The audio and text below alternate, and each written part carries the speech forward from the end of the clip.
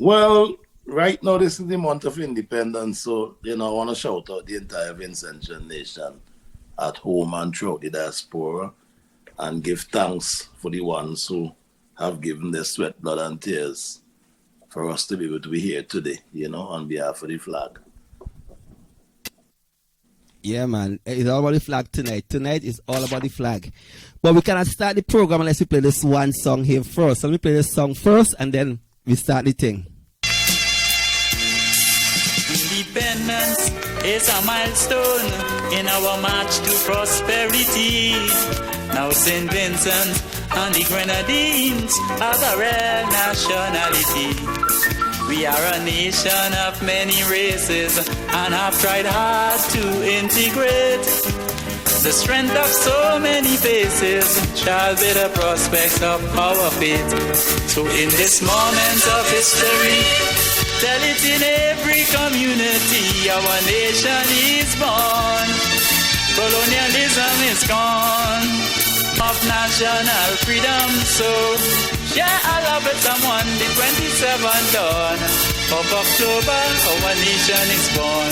One history, one ecstasy, one destiny. Oh, roll away.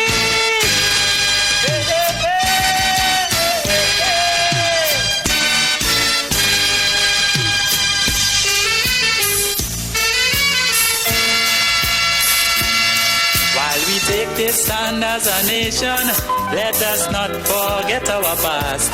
For this future we praise our heroes who fought slavery to the last. Special honors to Marcus Garvey, his sacrifice gave us all a chance. And all the men who fought in this century to bring us this day of independence.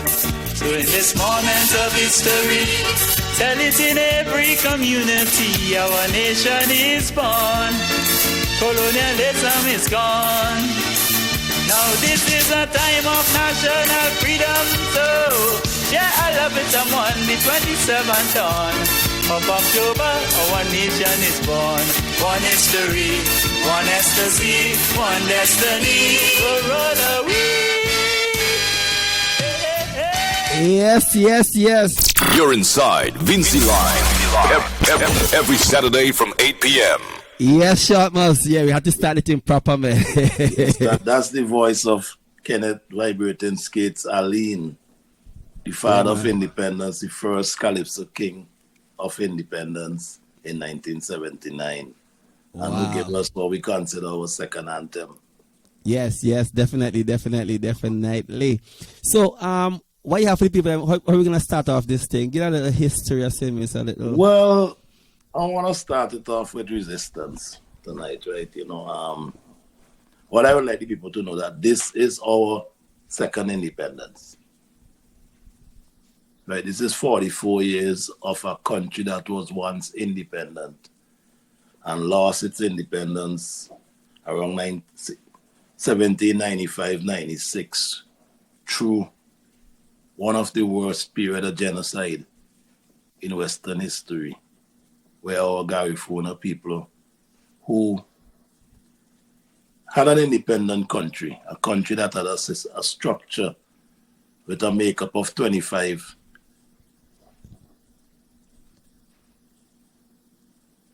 tribes, chiefs, 25 chiefs, including female chiefs.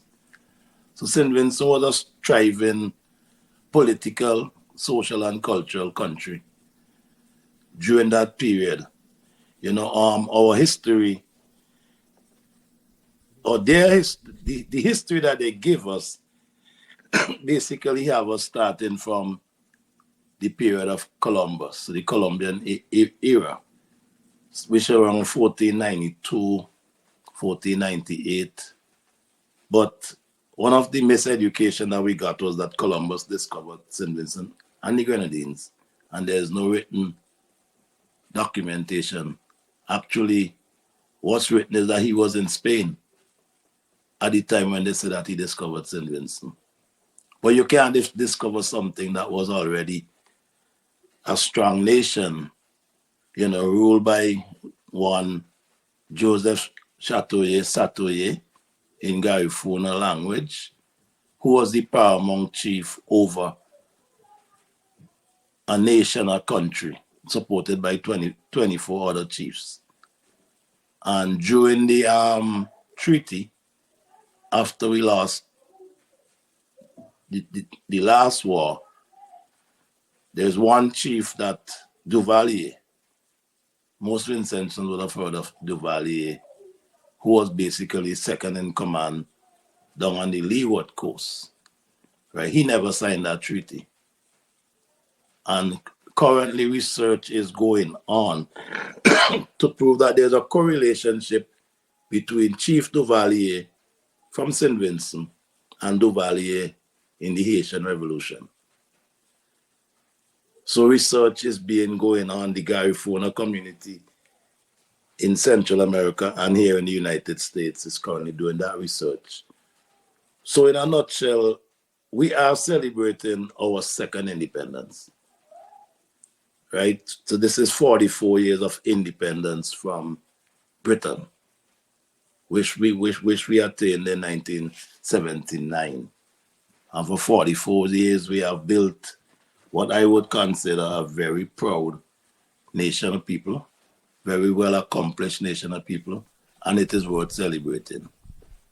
But we cannot celebrate it without knowing from whence we came.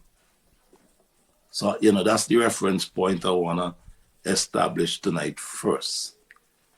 Yeah, man. We have to know our history, man. It's very, very important to know our history, Yeah, and one of the things is that, and I call it a shortcoming, that we have not, over our 44 years, been documenting our story to instill national pride. Because if a people doesn't know from whence they came, eventually we're going to become extinct. Right? We could celebrate the current, but the current does not bring us as close together as knowing our story in its totality. Right? And Joseph Chateaubriand is still our only national hero, and we cannot move forward without acknowledging that history and let it be known from the grandparents to the babes and sucklings today of what that history means to us. Yes, man, we have to. So we're saying good night to all the Jamaicans on the outside. Welcome. And I want to say something. I want to add something because, as you say, the Jamaicans are here, the Trinis are here, the other Caribbean nationals and non-nationals from the Caribbean across the international diaspora. In 1763, when St. Vincent, the process began for us to lose our original independence, we were added to an administrative union. And this is going to be very, very strange, that union included St. Vincent, Dominica, Grenada, and Tobago. I didn't know about the Tobago part. Yeah, so, let me Trini brethren know that at one point in time, the paramount chief ruled as far down as Tobago.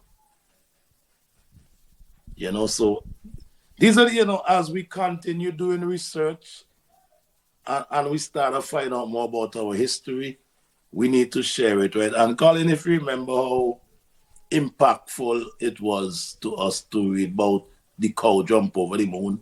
Yeah, man. And sing Mary Had a Little Lamb. Yeah. And I would like to encourage that we start putting our history in coloring books for our children's sake. Let us start to see the history, work on the history from a tender age. Everything takes a generation. We here talking about 300-400 years of a country's history. So it means a lot, and it should mean a lot for us to celebrate this current moment, because it defines us as a people that we are making our own decisions to chart our course moving into the future. right? You just set the pace by just supplying some cultural excellence, song selections, across the board, or we as a people, it is important for us to define our cultural identity, and continue working on it. Because a people without a culture will eventually become extinct. Yes. So what you're doing here with true music and then integrating, I take my role seriously on the program to do the best I can, to try to, educate, and inspire others to start doing the research, and start sharing the history with our children. We have such a rich and unique history, and it's not only,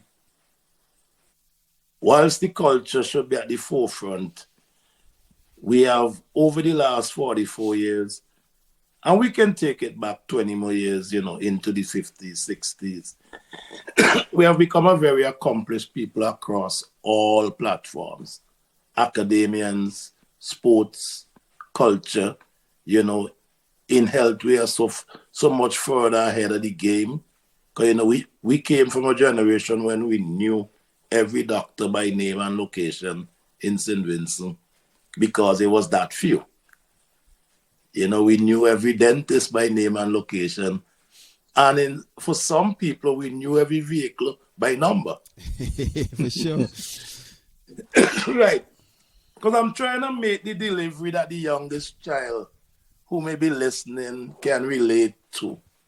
Because, sometimes we push the intellectualism to the forefront and it goes over the head of the persons who really needs the knowledge and information. And so let me go back to the period of genocide. I don't want to touch on reparations, and those things can wait for another time. But the facts, right, is that Vincentians are from a very, very rich history of struggle and resistance. And that's why our paramount chief is a Garifuna in the name of Joseph Chatelier, because he set the course for us to follow. He gave blood, sweat, and tears, to defend our country. And I would like to start with this, is that St. Vincent, if not, but I'm pretty sure it is, the last country in the Caribbean to be colonized. Yeah, that's what the history say. Yeah, and that speaks for itself, because it's not an easy thing for our ancestors didn't have guns. And to be successful in two major wars against a colonial powerhouse. And, we can imagine the amount of lives that not only were lost on Baliso, but were lost on the mainland during those wars, that period of struggle to say this is ours and we're not going to let you just walk in here and take it from us. And then if we all are familiar with Baliso, which is one of the islands, Grenadines Islands, it's an island without water. And upon the end of the war, that they won, the last war, they won. I don't know how 5,000 persons fit on Baliso. It ain't got the land space for that amount of people. So I want to be graphic with that. And then you push 5,000 of our people on a land without water. Over 2,000 lost their lives before the final exile to Roatan, which is off the coast of Honduras. But the resilience of our people, because we're speaking about Vincentians. When we speak about our Garifunas, we're speaking about Vincentians. Every Garifuna person worldwide identifies that St. Vincent is their homeland. San Vicente. And the resilience of the Garifuna people to survive that exile. They move from Rotan to Belize and then they start populating themselves, and so let's give it 3,000 that were exiled to, we tend to say Belize, but it's really Rotan and then Belize, Honduras, Nicaragua. That 3,000 today is now 300,000. The current Garifuna nation is 300,000 and growing. Bigger than the mainland population. Wow. All right. You see, so again, it speaks about the resilience of us as a people. We went through some political structures from that time,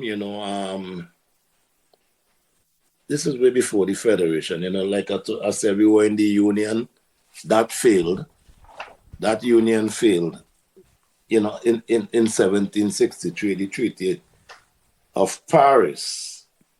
Right? Then in 1791, because we got to put it in perspective, St. Vincent now was divided between Grenada and St. Vincent. So the Grenadines were given to St. Vincent, the northern Grenadines, and the southern Grenadines were given to Grenada. That's why you got Carriacou, for example. We stopped at Union, and then Grenada picked up Petit Martinique, and then we have one of the most amazing, beautiful chain of islands in the entire Western Hemisphere. Yeah, we're gonna showcase them tonight, man. Yeah, So what once I established that, and it's something that we should approach it from a perspective of pride. What we have, right? We have some of the most beautiful islands in the Western Hemisphere, but we also exist on one of the most dangerous natural element on the face of God Earth, which is a volcano that is way bigger than St. Vincent should have. Right? So again, the resilience of the people. You would think that Vincent would pack up and leave St. Vincent because we live on an active volcano. It looks Sandy Bay. They don't want to leave Sandy Bay right under the volcano. Leave for what? It's it's the resilience of our people. It's hard to ask somebody to pack up and leave when that's all they know and that's all they have, right?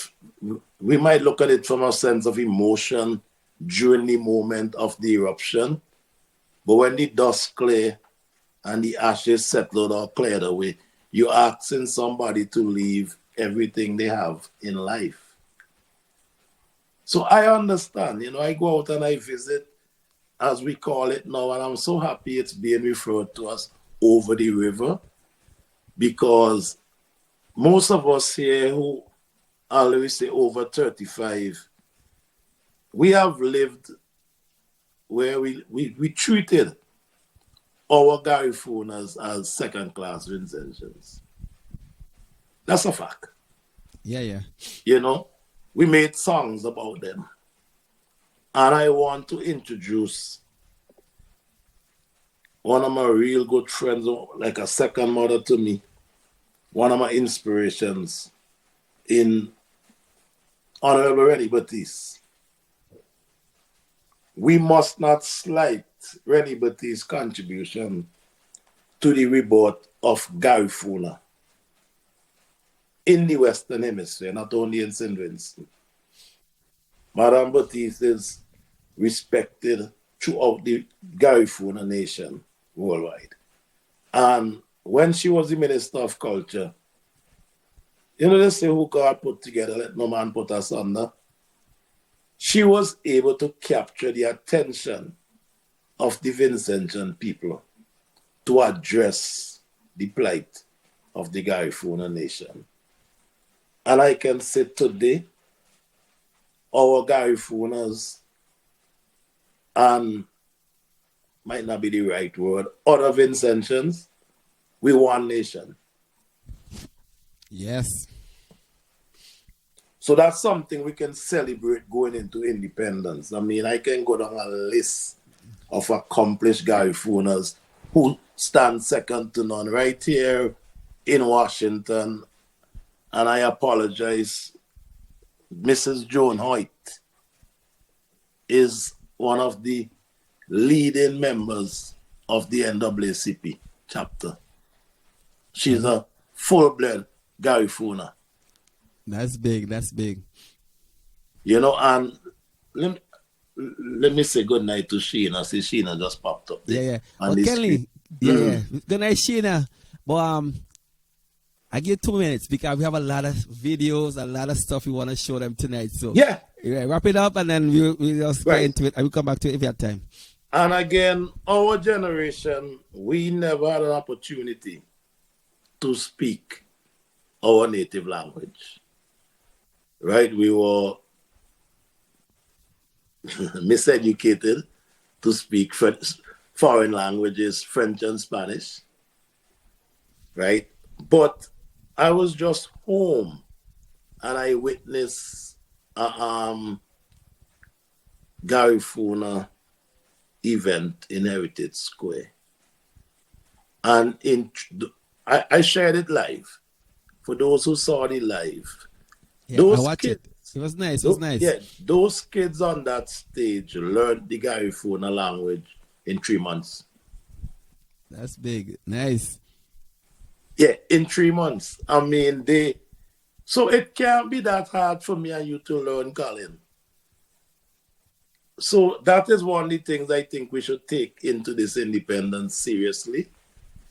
Because again, I've been away from home for so long. I forgot how sweet Vincy dialect song. We have our own language. And being on the ground and hearing an entire nation speaking in dialect, I'm going to say it tonight, never again should we force anybody to speak proper English. It is important to learn it, but we shouldn't force nobody. We have our own language. Yeah, man. We have to keep it. We have to keep it. You know, it's very important. Yep. So let's take the break and I'll do things in segment Yeah. as we go along. Okay, so before we start, we have a song to play. We tell about St. Vincent. Then we're going to show some of the beautiful homes in St. Vincent. And then we'll go from there, right? Mm-hmm. 150 square miles.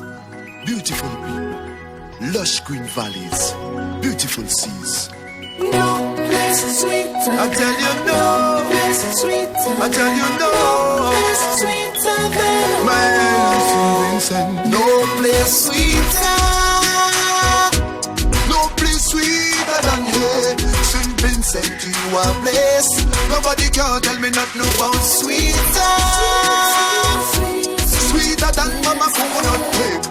White rice, a buck of fried fish. Me know me calabash dish. I'm so proud of me islanders. Me not change me accent no matter where me live. Good night, Pastor. Me say good morning, I Vincy teach me all of this. From the mountain flowing clean water. Plenty herbs for your son and daughter. If you're proud to be Vincy, show me some flags, though, man. Island, don't know I leave ya. No place sweeter. So tell them. No place sweeter than here. St. Vincent, you are blessed. Nobody can tell me nothing about sweeter. Sweeter than mama coconut cake. White rice, a buck of fried fish. We know me Yes. No place sweeter than St. Vincent, man. So if you're just coming on, please share up the live, man. We're going to showcase St. Vincent to the world in a positive way tonight, man. So yeah, first up, we're going to showcase how some of the houses in St. Vincent are so beautiful. We're going to touch everything tonight. The waterfalls, the islands, everything, all the natural. So let me start with the beautiful houses first, and then we're going to go from there.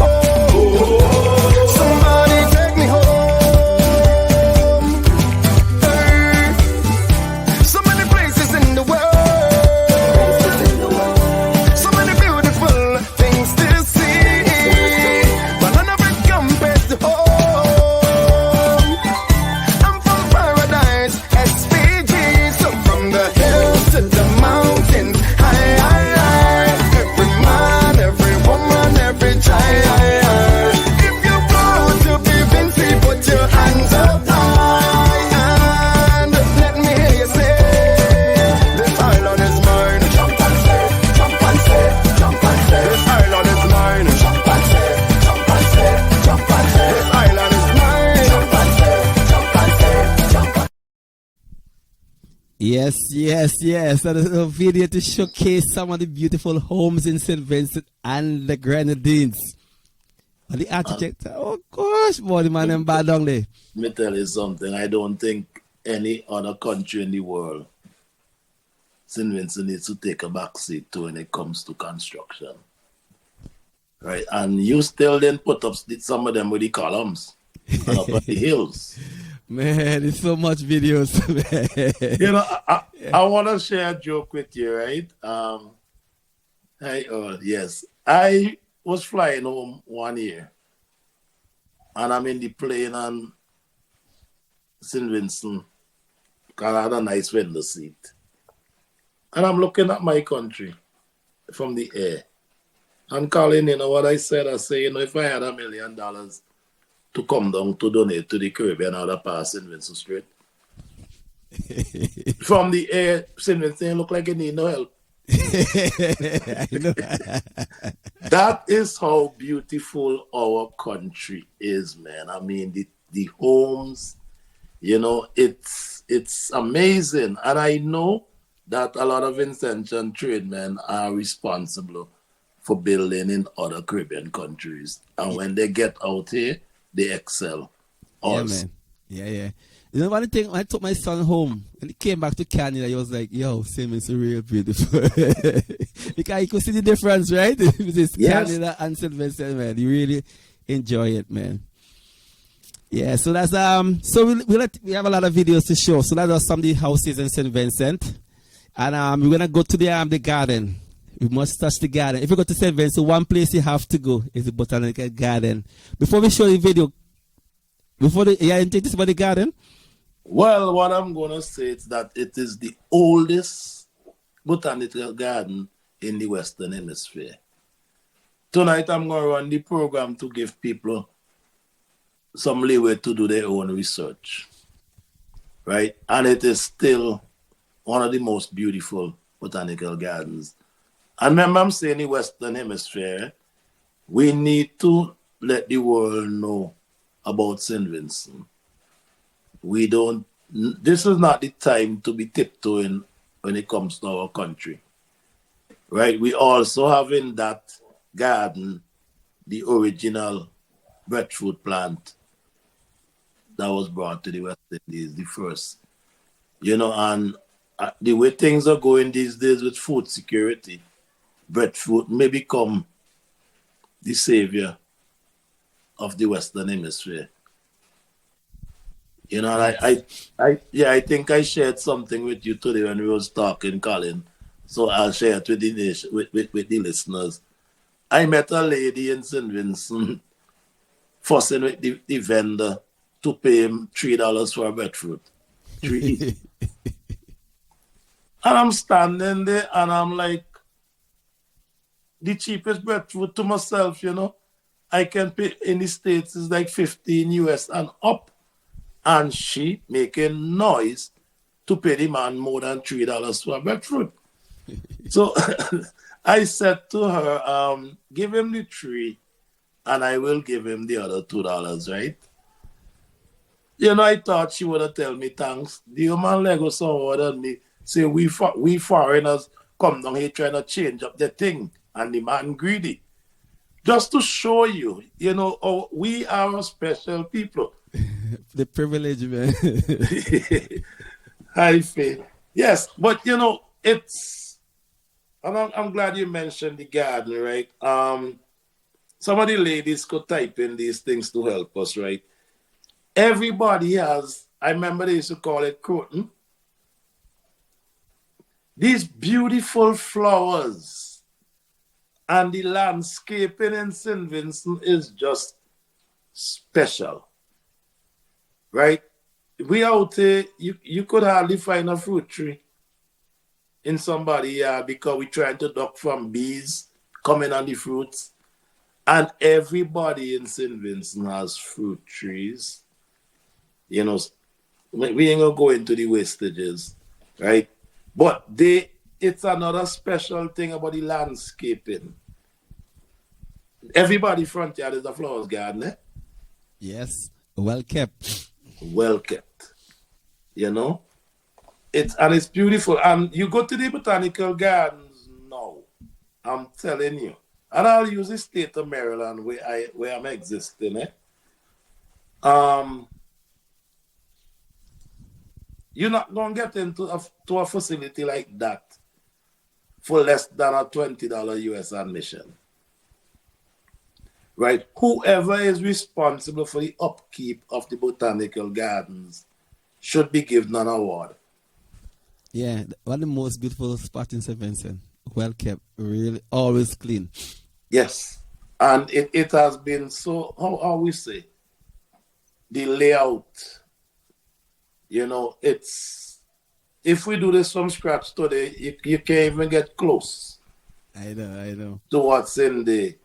And what I do like now is that in that garden, it has become a number one destination even for cultural events, high-end cultural events. Yeah, I noticed that, yeah. 9 mornings just be there too. Yeah. So like I said, let me just reiterate that it is the oldest botanical gardens in the Western Hemisphere. Okay, hold it right there. Let me show what we're talking about. Yeah.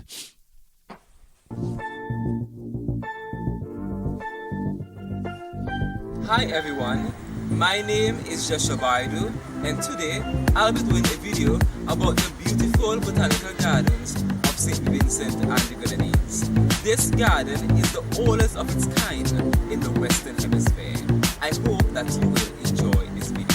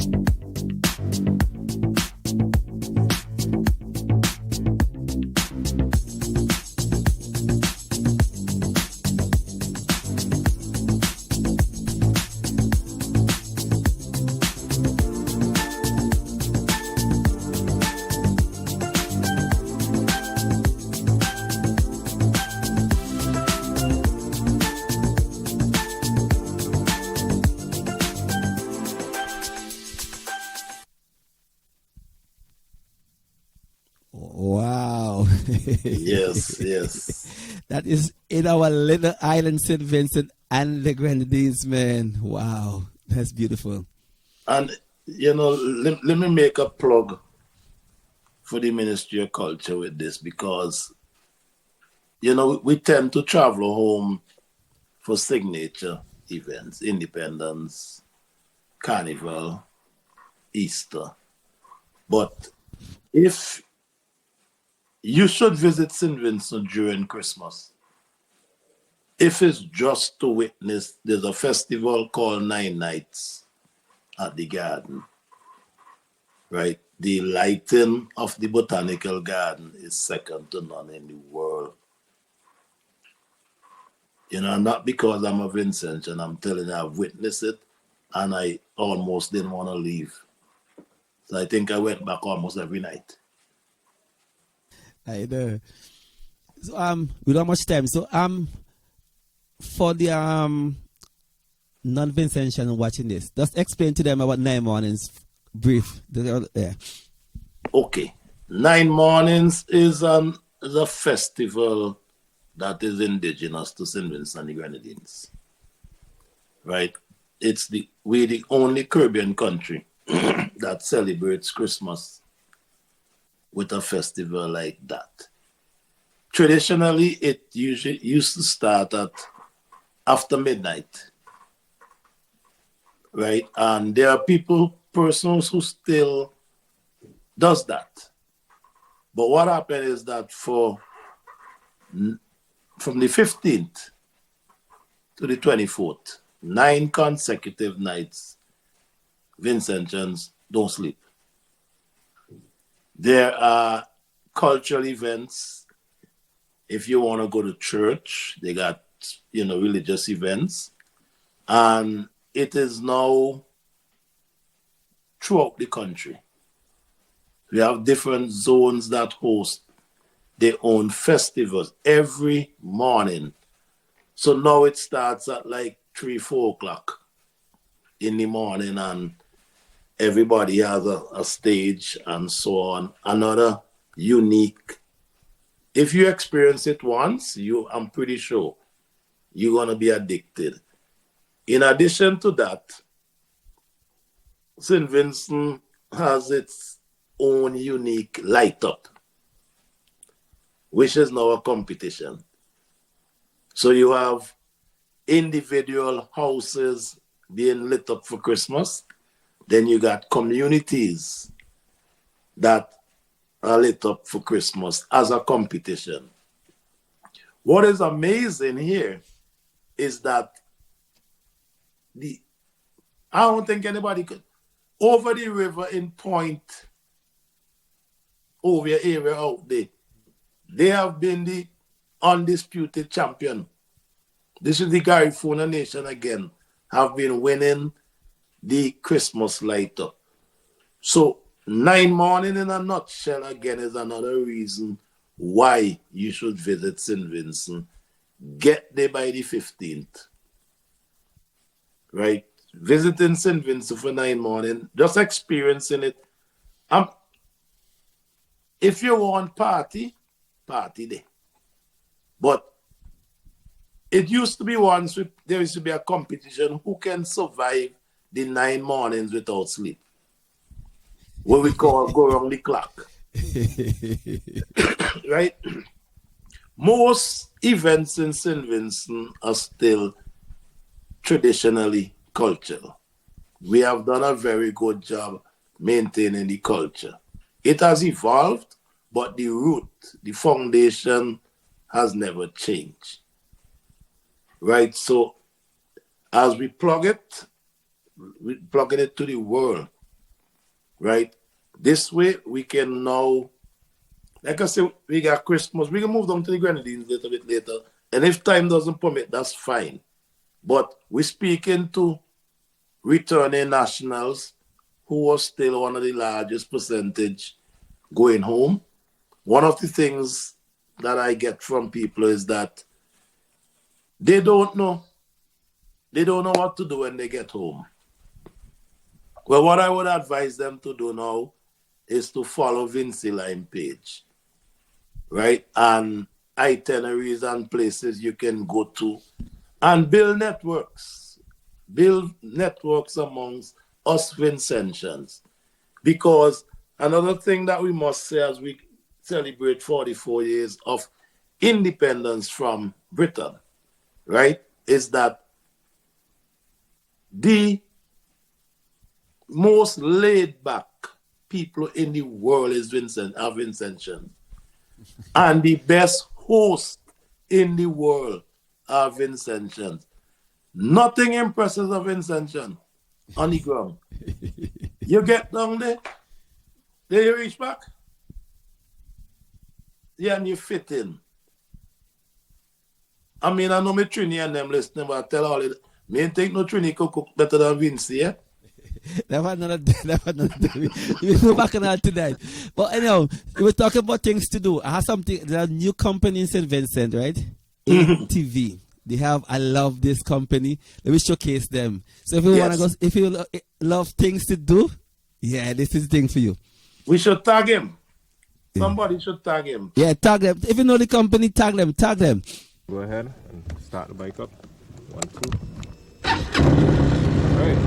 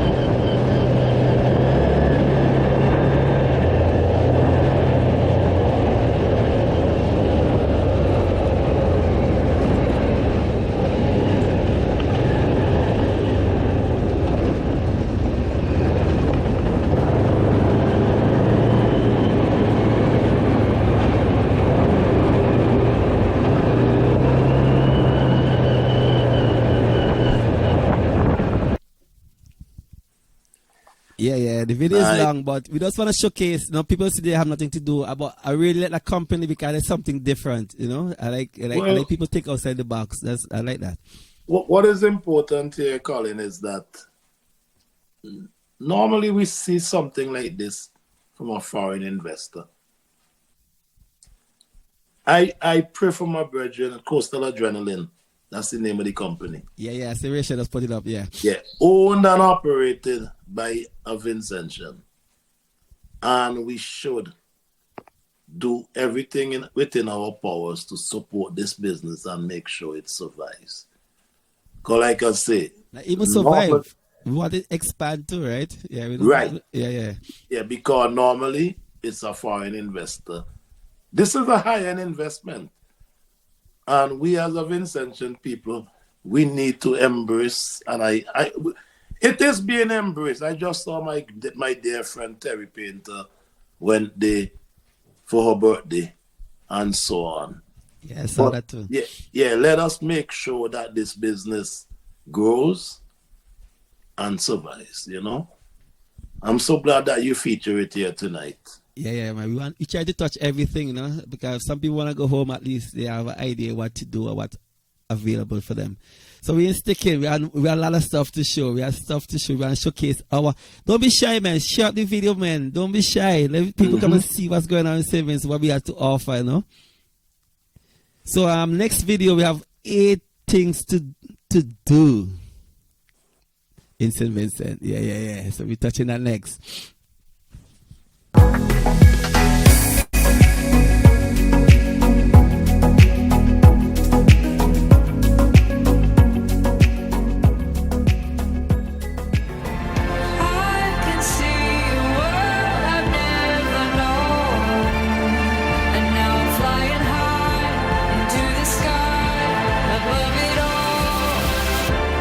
Nothing like I've ever experienced.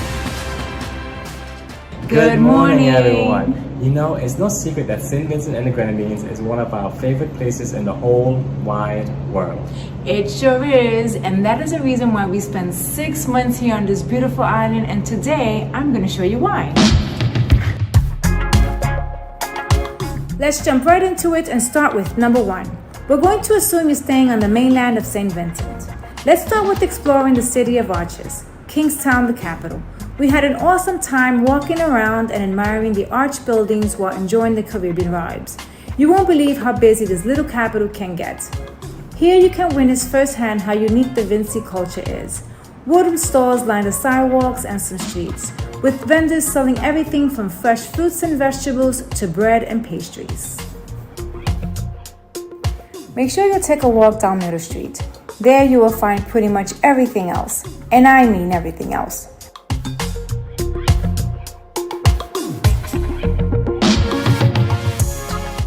Now let's talk food. In Kingstown, there is no shortage of eateries. When it comes to food, you won't be disappointed.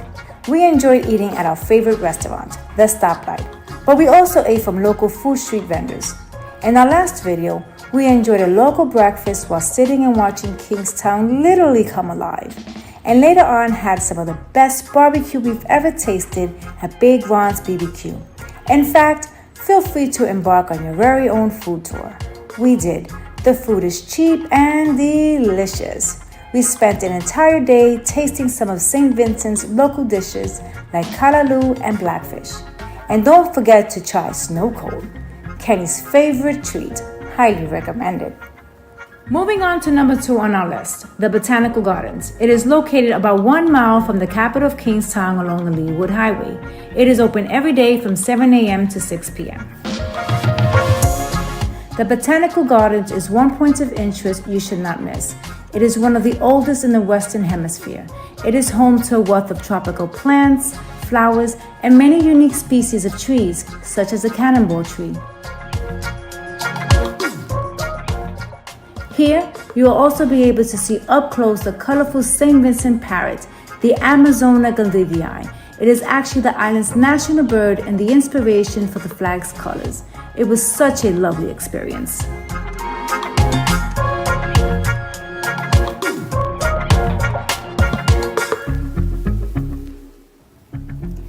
Next on our list is number 3, Fort Charlotte. Fort Charlotte is a historic fort that is located to the west of Kingstown and perched at 600 feet overlooking the capital.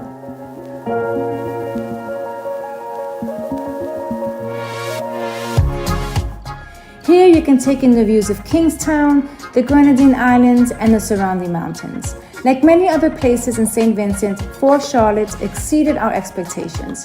This is where you can end your day by taking in a beautiful sunset. And if you're as lucky as we were, a beautiful rainbow as well.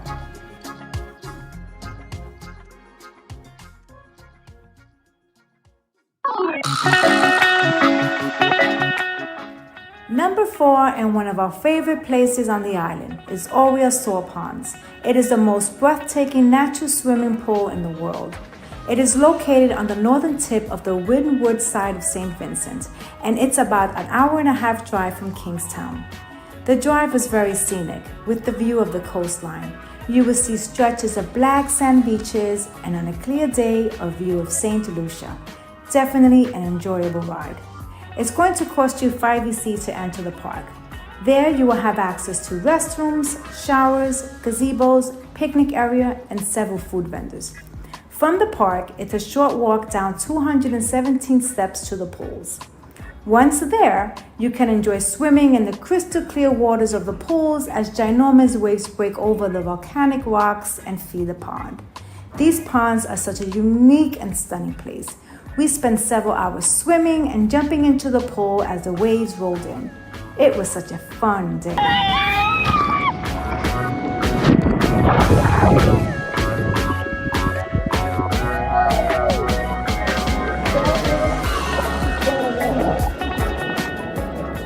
Number 5 is for all you waterfall lovers. There are several waterfalls in St. Vincent, but we chose Darkview Falls because it was easy to get to and has 2 spectacular waterfalls, one above the other. Darkview Falls is an hour-and-a-half drive up the Leeward coast from Kingstown.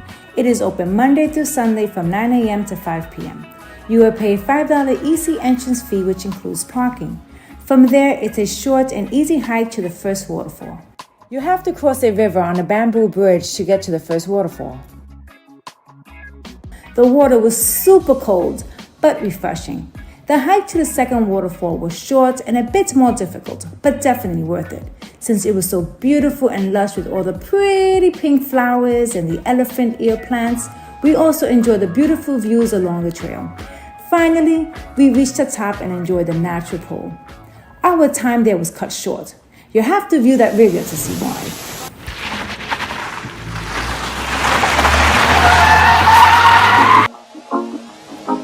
Moving along to number 6, which is one of the more popular things to do on the island and was one of our favorites, and that is to hike La Soufrière.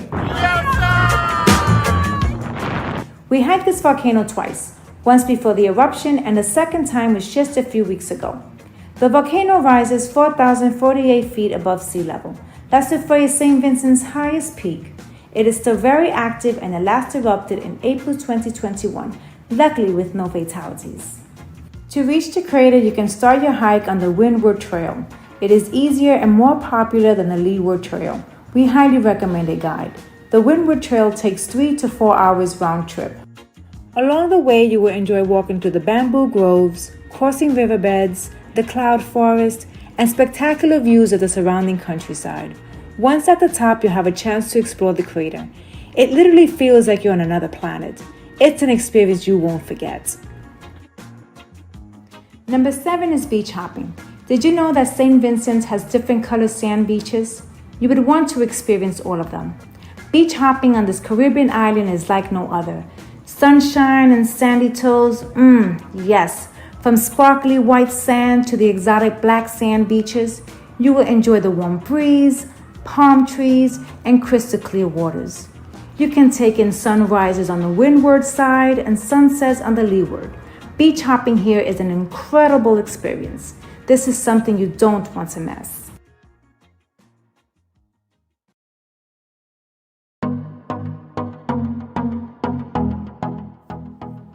Number 8. Now let's talk Grenadines. These tiny paradise islands set St. Vincent apart from the rest of the Caribbean. If you have time, we highly recommend island hopping. The beaches are to die for.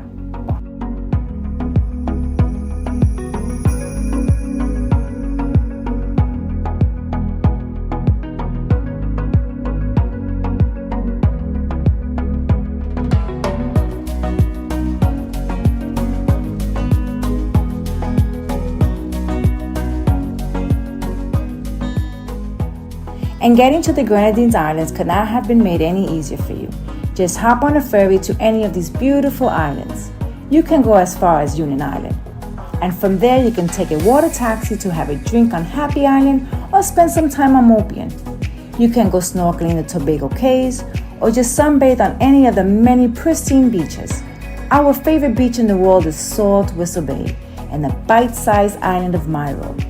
To see more of these islands, check out our St. Vincent Grenadines series. We cover them all, from Young Island to Union Island.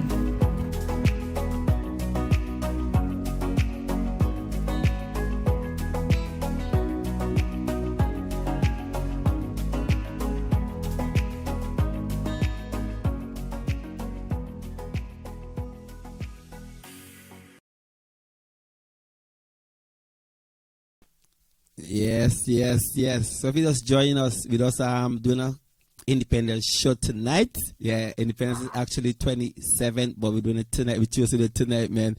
So small up yourself, Kenley. I was just going to say that. Listen, that is such a comprehensive and well done video documentary. It just speaks for itself, you know. And this is what we need as we celebrate our 44th. My goal, right? I just pray to God, give me some years to retire in St. Vincent. That's my goal right now, man. It's like I say, especially for the diasporans, right? You get on the ground, touch base with the locals. There is, I always feel so safe and comfortable in St. Vincent. But I don't pay attention to the noise. I know the streets, but I don't pay attention to the noise. Right? You as the video said, there are so much to do. This video didn't even mention Montreal Gardens. As she said, you know, she just used that view. There's the Falls of Berlin.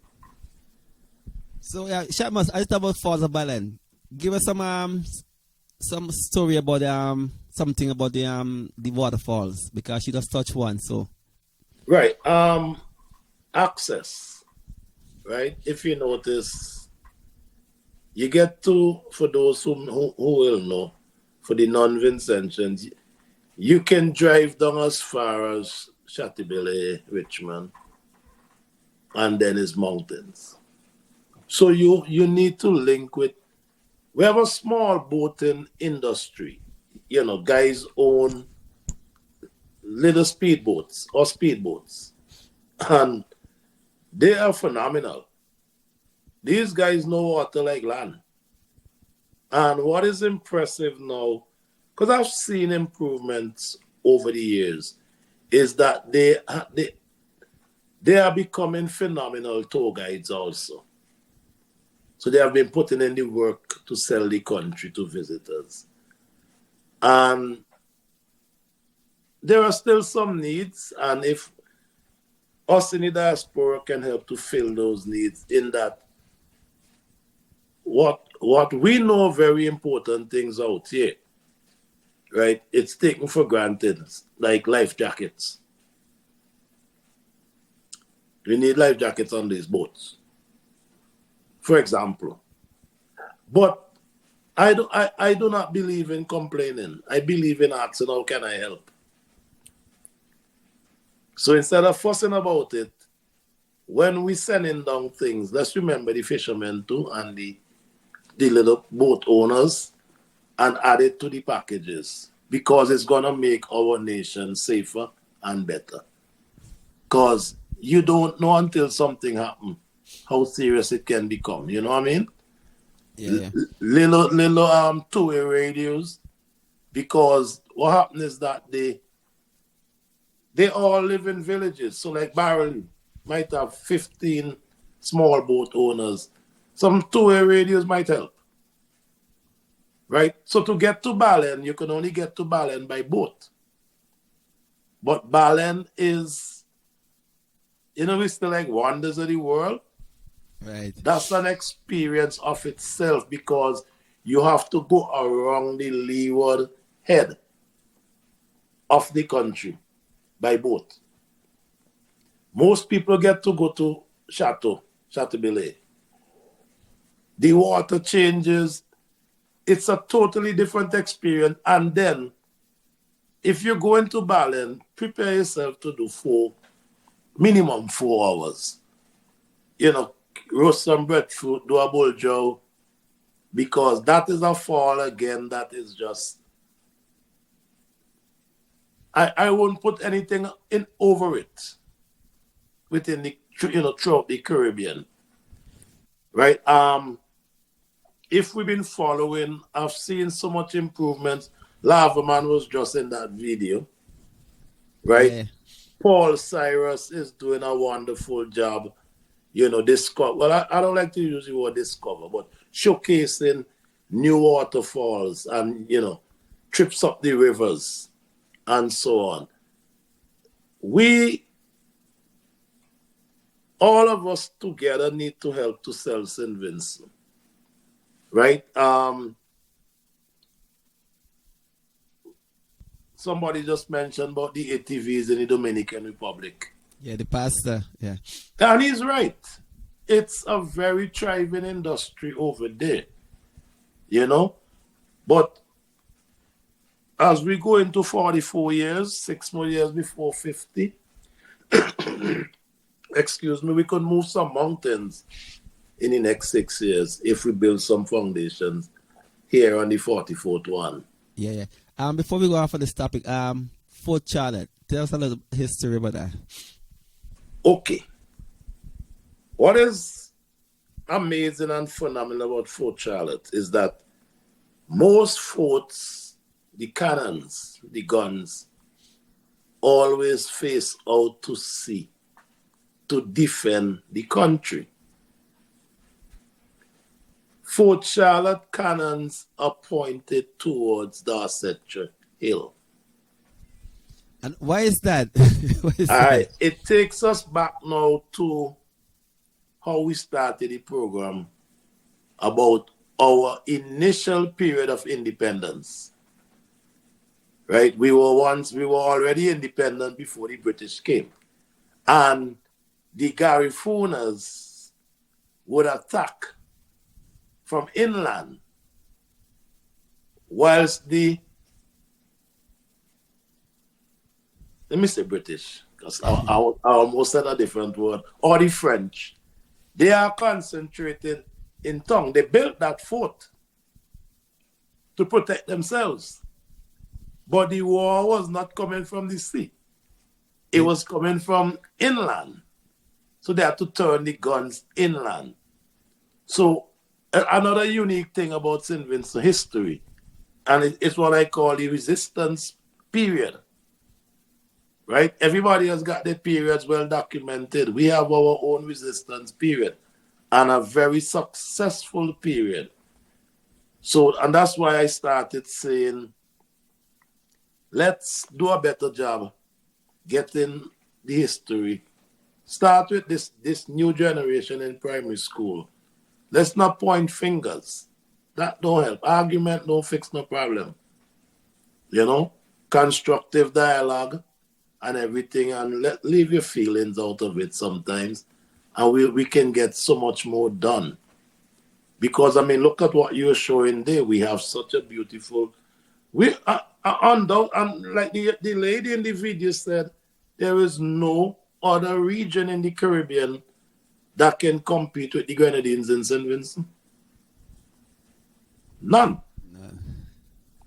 Man, I love Beckway. you know, you go, she went to Oria Salt Pan, right? And she was very fortunate because they got there at a high tide, right? For folks who have never experienced Oria Salt Pan, it sits like right at the gate of the Atlantic. You know, we're in the Caribbean Sea / Atlantic Ocean. And when high tide comes, you got waves 30, 40 feet that comes over those rocks. So just to experience, because it's very scary, you know, but to experience it again is something that you would remember for the rest of your life. And I must compliment the authorities for the wonderful job they have done at Oria Salt Pan. Right? As she mentioned, you know, and I like that. You got to pay. Pay $5 to enjoy these beautiful things that St. Vincent has. And at the same time, even if you're paying, you can create your own picnic. You can carry your own food. Yeah, you need to pay, man, for the upkeep too, right? Mm-hmm, exactly. Yeah. And they're doing a wonderful job. And calling the roads over the river, I would tend to say right now, over the river has the best roads. Whoever the road engineering company is that constructed those roads, let me publicly say, you did a wonderful job. Yeah. So getting out there, you know, we have the Dry River Bridge now. And once you cross that bridge, it's just another world. And how to say it, boy, the people are so warm and welcoming. I can't stop saying that about my Vincentian people on the ground. Yeah, man, we loving people, man. Yeah. You know? Have you see the comment from the pastor? Yes. I did not realize that to you. I never pay attention to the cannons them turning inwards. Yeah, so I'm learning tonight too, you know. You know, it's we like I said, my suggestion is to start the documentation. Because if your kid has a coloring book or what we call the cartoon comic book, we the parents gonna read it too. Because as a parent, you need to know everything that your child is doing. So whatever we need to do, you know, let's put our story in as you are doing tonight in video format. But we have to be careful if we're doing video for adults and kids. But reading must always be a priority. Because we see what's going on in the world today with so many kids graduating who can't read and write, pushing them through the system. But that's one of my suggestions. Because we got plenty graphic artists. Yeah. And we could create a whole industry of young authors. You know, with stuff like that. So that's one of my suggestions, to put our story, start document. I know some historians have been commissioned to write a new book on St. Vincent. You know, I support that, and I wish them, you know, all the best with getting it done. What I would suggest is not to rush it. You know, take your time and make sure when it's done, it's you know, done properly, yeah. Yes, it's done properly. So hold on 1 minute. Boss, I'm not coming to work today. I can't see. No, nothing wrong with my eyes. I just can't see myself coming to work today. Thank you. In other words, I'm not doing what today. Don't tell me about work, I out on the road today. Me and some pretty I out on the boat today. I don't care what time of day it is, I'm drinking rum today. Having fun today. Tell them. Yeah. Holiday. Today's a holiday. I don't care what nobody say. I'm not going to work today. Holiday. Today's a holiday. I don't care what nobody say. I'm not doing no work today. I'm on the road, yeah. To the beach, yeah. To the club, yeah. Pool party, bus crawl, uptown, yeah. Downtown. If it's your birthday, turn up. You're inside Vincy Live every Saturday from 8 p.m. Yes. So we are celebrating, showcasing St. Vincent and our 44th independent. Yes, so next up, we're the biggest and shiniest hotel in the Caribbean, Mustard Sanders, man. Yeah. So Sanders gonna be in St. Vincent, open up, I think the same March. The 24th of March, yeah. So they say we have the shiniest and the newest Sanders in the Caribbean. So we're gonna showcase that right about now, and then we come back and talk about it. I've seen a vacation photo that's just so amazing that you're like, I need to book a vacation there. That's what this video is all about. I love tropical and I love going to Sandals resorts, and they just opened a new Sandals resort on St. Vincent. Sandals St. Vincent opens March 27th, 2024, but you can start booking that vacation today. Now, Sandals St. Vincent is their 18th resort. It's the only Sandals resort on this unspoiled island of St. Vincent. So what I'm loving off the bat with Sandals St. Vincent is how secluded this island is. This kind of tropical feel, black sand beaches, white sand beaches, waterfalls, rainforest. I mean, when you look at this photo, just look, it's like in this little cove area. This is going to be an amazing resort. Now let's get into some of the details about Sandals St. Vincent. Only 15 miles from the airport, but it's still going to take you about an hour from the airport to get to the resort, just because of the terrain of this tropical island. Now, St. Vincent, the island itself, is just a little south of St. Lucia, so that's where it is in the Caribbean. So I want to give you the breakdown of the rooms on this resort. Now, the resort only has 301 rooms. 101 of those rooms are Butler Elite Suites. Next, we have 120 rooms that are club level, and then 80 rooms that are luxury. This is the main lobby, and then to the left, the building over there is the Little Palm building, and then behind that, closer to the water, is the Bamboo Palm building. Now on the other side is a heart-shaped pool, and there's also a crescent-shaped pool. There are 4 pools at Sandals St. Vincent. There are also at this resort 2 wedding chapels, so it's a great place to get married. And there are also 2-story over-the-water villas, 2 stories. Now, if you want to go and still work out, there are actually fitness rooms. There's a room category that has its own fitness room with a Peloton bike in the room. Or if you're a media buff, there are special rooms that kind of have a media hangout to watch movies, play games in those rooms as well. There are 6 2-story over-the-water villas. These are them right here on the beach, right by the water.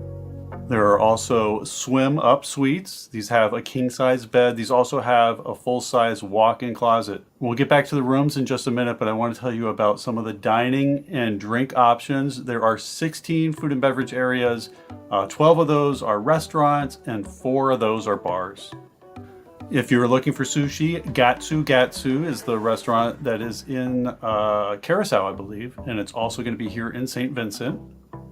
A new dining concept coming is Parasol, which is a kitchen and beach club, kind of nightly entertainment all rolled into one. And then Boucan is a family-style, locally sourced restaurant on St. Vincent. Amoro is for your bowls, your green bowls, and vegetarian options.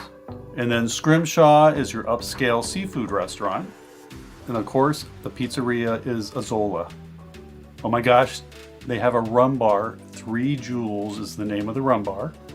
Of course, there is a Butch's, which is Sandals' famous steakhouse. For Italian, they have Sora.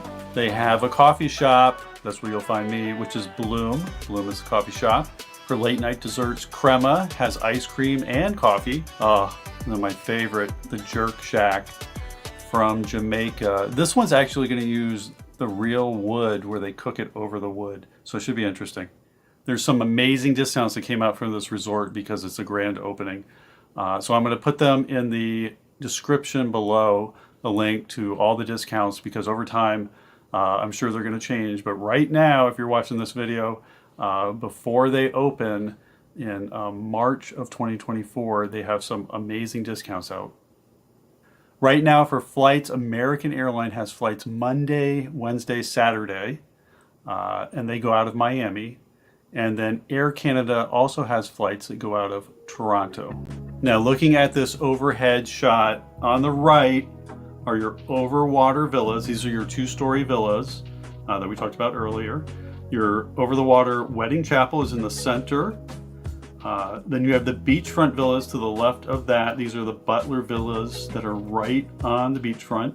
Way in the back of the valley is the lobby where you first came in.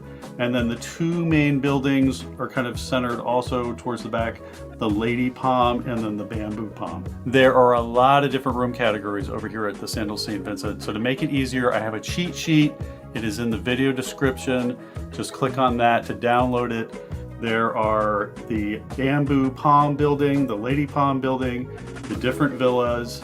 It's also broken down by the description, the category, which floor has the different room types, what kind of view you're going to get from each room, and some other information like does it have a soaking tub, does it have a fitness room, does it have a media center, or some of them actually come with a private pool. when Sandals St. Vincent opens, I'm going to try to get there also so I can do a review video for you just right there on the resort, show you all the different room types, try all the different restaurants. So yeah, hopefully I will see you at Sandals St. Vincent.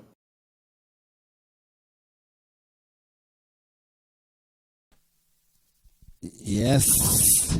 Amazing. Amazing. I'm praying at this walkout for St. Vincent. We need it, man. We need, kick start our tourism industry, It's very, very important that Sandals survive and be successful. Yeah, well, what I would encourage folks to do is it is a fact that Sandals is going to be in St. Vincent now. It's not no if, but, or when. What folks need to do on the ground, and even in the diaspora, is position yourself. Do the research on the needs of the resort and how you can position yourself to help to supply some of those needs. Because, like we said, this is an international corporation setting up shop in St. Vincent. So, like I always say, I don't pay attention to the noise. Sometimes you sit back and you ask questions or you go. And if you're a vegetable vendor, don't wait until March. Line up yourself and see what kind of contracts. If you're a seafood vendor, a fisher, a farmer, go and find out for yourself. Go down there and see if you may need to increase production, or as I say, most companies do things with contracts. You just can't walk up in the resort with a basket, top of you selling something. That's not how it is going to work. So go and try to get contracts, find out the volume, because again, quality, standards. And we just saw a video, and I mean, we are travelers, so we know the high level that Sandals is trying to maintain, and maybe make it your independence resolution. Again, we could see, like we said earlier, the high quality of work, construction, and we know Vincentian tradesmen were involved in that also. We saw a lot of imported architecture. So that means our Vincentian tradesmen were able also to learn new things. So this is, and as I keep saying, we are a resilient people, and we simple but very efficient. Most Vincy, when we thought something, we commit ourselves to it. We try to become the best at it as we can. So this is great for the country. And then let's not forget that what's this hotel? There's a new hotel locally owned out Stubbs area. Somebody might put it up inside. Marriott, is thing? No, Marriott is still working on. Okay. A gentleman, a Vincentian guy, opened a hotel out Stubbs, right on the main road. Right? That is Maya Suites. Thank you, Hedin. Right? That's already open and functioning. Okay, nice. Right? Let me let the diaspora know this.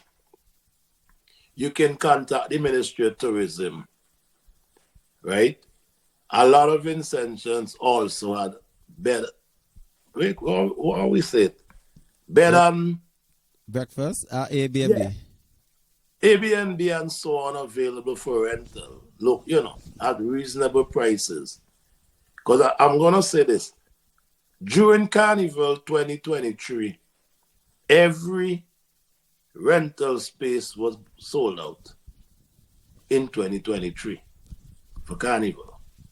So sometimes go to the source, right? If you're going in groups, because not everybody can afford to go to Sandals. And as we know, Sandals guests, a lot of it would be imported, right? High-end tourism. But us diasporans I have a thing I say, start with us, support local, right? I can tell you right now, Colin, over the last 5 years, I have seen massive improvement in customer service. We still have some ways, but I mean, it's not a utopia. Yes, we want perfection, so there are gonna be glitches. But if a waiter or waitress slip up, don't bark at them. Pull them aside and try to help them along the way. But I have seen major improvement in customer service on the ground. I can tell you let me say it. I think Vincy got the cheapest food in the world. I think in one of the videos the lady said it. Yeah, she said the food was nice, was good, tasty and cheap. Yes, I mean a roti in St. Vincent. So when we train here them there, a roti in Vincy averages like $12 to $15. Easy. Right? The normal food, places, lunch is the same thing, $10 to $15. Now you go to the upscale restaurants, you pay a bit more, but on an average, right? It's I would say it's tourist friendly. Because I can't compare to locals on the rock who may not be making, that much money. Yeah, somebody said I'm $10 for a roti. Yes. Yeah. And it's good. Yeah. It's good food. Yeah. So Shortmus, we still have a lot of videos. So let me wrap up the mainland. Any other spot that people could recommend for people to check out on the mainland? Oh, if they go back home. Yes, if you're leaving from let me say Kingston to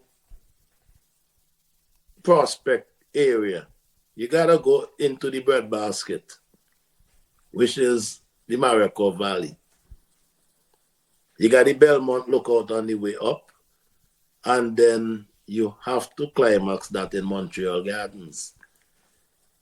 Montreal Gardens rivals the Botanical Gardens, right?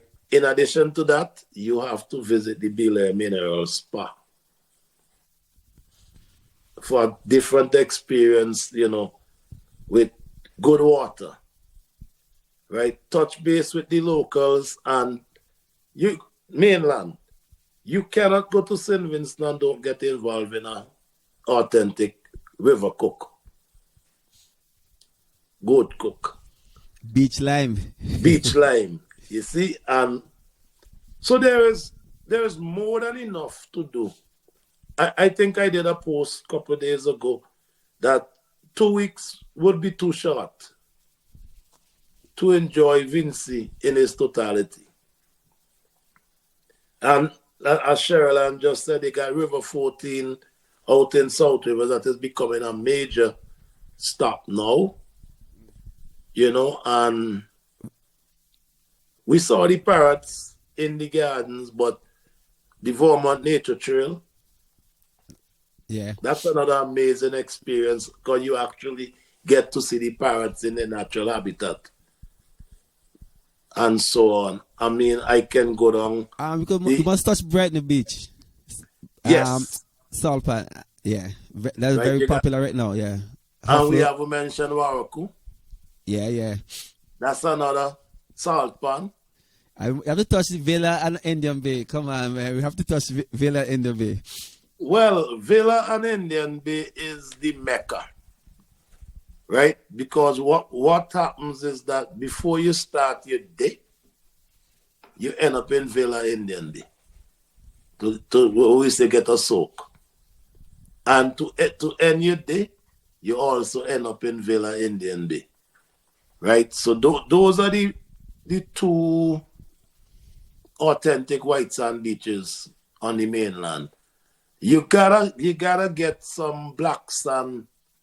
They got the Monk Twins, Bamboo, down where the Waliabu has a little small black sand beach, and you could just keep going. But like I say, I have a thing I say, right?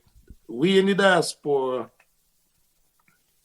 let's practice to speak with the locals and not at the locals. You would see a difference on how much they're receptive if you have conversations with the locals. Don't take no uppity attitude to St. Vincent. Vincent will blank you. Yeah, one thing, and I told my Vincent. Cheryl still have Clay Valley Beach too. I never went Yep. Mm-hmm. Look, Table Rock is being mentioned. Yeah. How we forget that? Yeah. That's I actually forget that. That's a big one too. Yeah, so we all can position St. Vincent to be the number one destination in the world. I don't like to say it, in the world. Yeah, man. Because we haven't gone down to the Grenadines. Yeah, we gotta go. We touching that soon.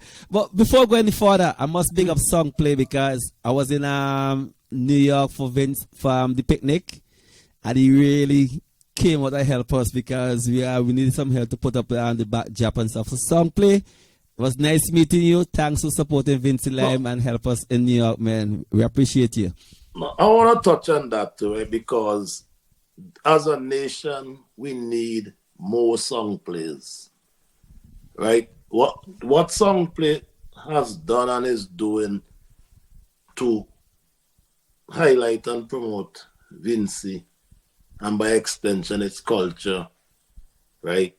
We need more people, right? Song Play obviously is very talented with this online thing. And there are a lot more who can, right? We need more Vincy Limes because we have a job to do. We have a role to play to sell St. Vincent to the world. We are the same persons who used to face the stress when people are asking us where is St. Vincent when we came out here. Let me reverse it now. You know?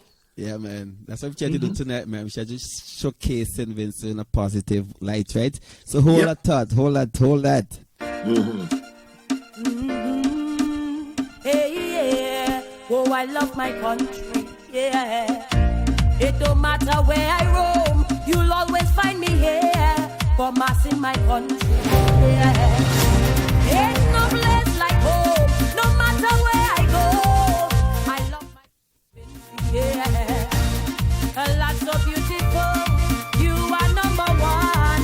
I love mass and sweet Vincy. Yeah. Nobody party like we, nobody could fret like we, nobody could drink like we, nobody play mass like we, nobody could jump like we, nobody could wave like we, nobody can, this is how we does party, this how we does break away, this how we does dingole, mass in St. Vincent, this is how we does party, this how we does drink all day, this how we does ramage, mass in St. Vincent, a culture and society here in my country, St. Vincent and the Grenadines.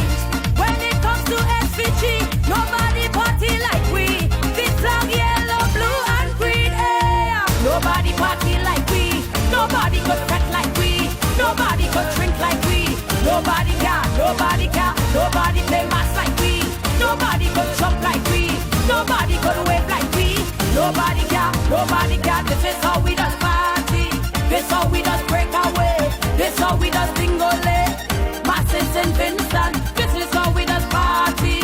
This how we does drink all day. This how we does ramage. Mass in St. Vincent. Existence of my Caribbean, West African descendant. That's our identity, yeah. Our traditional carnival, our Vincy celebration. That's our festivity, yeah. Nobody party like we. Nobody could fret like we. Nobody could drink like we. Nobody play mass like we. Nobody could jump like we. Nobody could wave like we. Nobody can. This is how we does party. This how we does break away. This how we does dingole. Mass in St. Vincent. This is how we does party. This how we just drink all day. This how we just ramage. Massive St. Vincent. Her locks so beautiful. SVG. Show your flags and let them see. Her lips so still pan. And so that's our daily remedy. The passion of SVG. Nobody party like we. Nobody could cut like we. Nobody could drink like we. Nobody can, nobody can. Nobody play mass like we. Nobody could jump like we. Nobody could wave like we. Nobody can, nobody can. This is how we just party. This how we just break away. This how we just tingle. Massive St. Vincent. Yes. Yes. We're just touching Young Island right about now.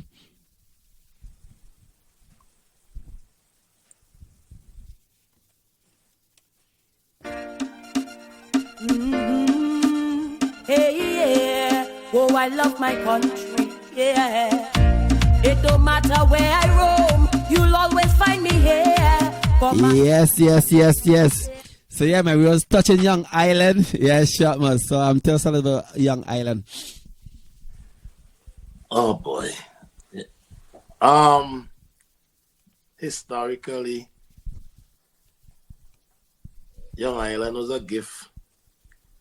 A lot of you may not know this again. There was a gentleman named Mr. Young who was the chief minister for the regions I mentioned earlier, right, which is Dominica, Grenada, St. Vincent, Tobago.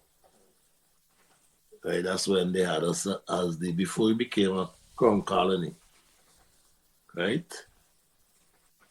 And colloquial, because again, we need to do the research so we could make it factual. But when history is passed down from mouth to ears, there's a certain level of authenticity with it.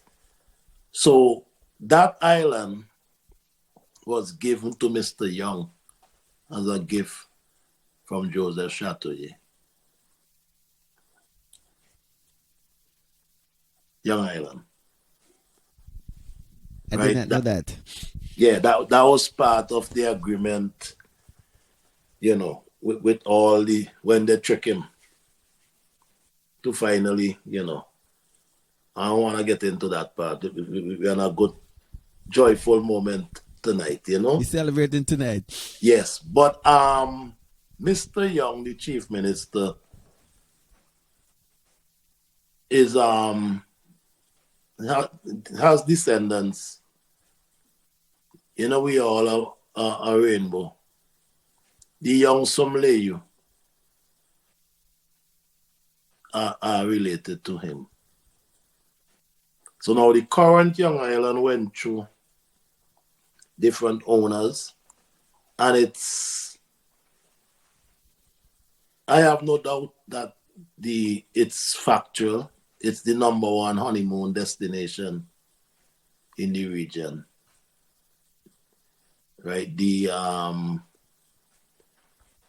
do a wonderful job, standard, quality-wise, and everything. And I am yet to see any negative write-up about Young Island. So again, that's another locally owned business that we must cherish and protect and help. And must support it too. Mm-hmm. It's the pride and joy. Young Island has been there all our lives, Colin, So it's one of the pride and joy of us as a Vincentian people. So whenever we are on our social media, that should be on our high priority list to help Young Island, market Young Island also, Yeah. But I must say something. Let me say this before we go on further. I must say thanks to Kenley because we spoke around 4 o'clock today. Yeah. We were so busy this week. Everybody was in the group was so busy, man. So I think we touched base around 4 o'clock. I gave him the idea, the concept of the show tonight.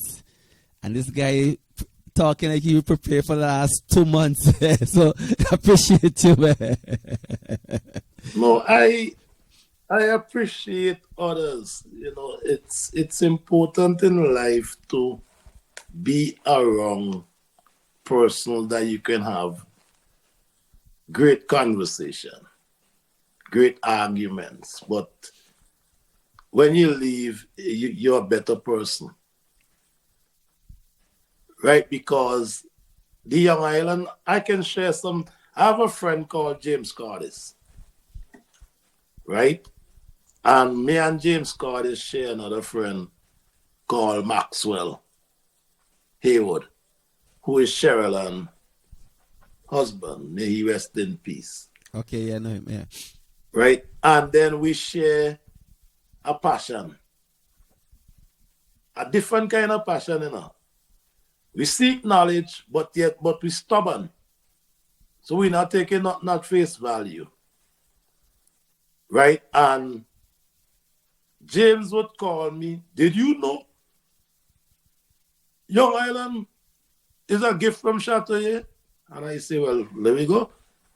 And then we would do the research. Right? I'll share this tonight with, did you know that St. Vincent of Vincentian is the father of American black theater? I'm asking. Say it again. Did you know that a Vincentian is the father of America, the United States of America black theater? No, I did not know that. All right, so William Henry Brown, a Vincentian sailor, seaman, who used to sail from St. Vincent to England. He came to Manhattan as a black man back then and opened the African Grove Theater. It was, that's during the racism time. And him, Mr. Brown, wrote the first black play that was performed in Manhattan. Wow, nice. And he wrote the play. It goes back to our independence. He wrote the play on King Chateauye, but he had to change the name because of Chateauye's embarrassment to the Europeans. And so you will find the play now as King Shot, Shotaway. So I'm appealing to the audience to go and research that again and pass it to your children. First black play. Wow. See, these are the kind of things they teach us in school, man. We need to know these things, Yeah. But like I say, you have to be around persons who share the same passion. Yeah. Right? The same James Cordis I just mentioned, he is one of the backbones of the Garifuna transition to St. Vincent. He sits on the Garifuna Council. And he is going to get mad tonight because I'm calling his name. He lives in Philly. Yeah, he sits on the board of directors of the Garifuna Council in New York. So I would call James and you have to want to seek knowledge. And then when you seek knowledge, you pass it back as wisdom. You can keep it to yourself. Knowledge was not made or education to be used as a weapon against people. Used as a tool to make other people's life better. Preach. So as we go into the 44th year of modern independence, gotta keep saying that this is our second time as an independent nation. Right? Our first independence ended in genocide. Let me wait for the ones who just came on. Our first period of independence ended in one of the worst genocide that ever touched the Caribbean or the Western Hemisphere. Unfortunately, and Haife, it's been bothering me since I'm a kid. Why am I always reading Buddy Maroons? And this and that. When St. Vincent history is the Mecca of Caribbean history. Now, people might want to challenge me. Well, come on, challenge me. Right? So we need to change the script. And nobody ain't going to change the script for us, because if we all did GCE, now we all doing CXC, why is St. Vincent history only one chapter? So as an independent nation, we have to find the backbone to stand up. We're not no baby independent nation no more. We reach. We mature yes. now. Yeah. And let's stand up and demand changes when it comes to our country and our country's history getting a rightful place amongst everything else. Yes. All right. So, before we go to my favorite spot in the world, 997 in the world, my favorite spot. Hey, listen.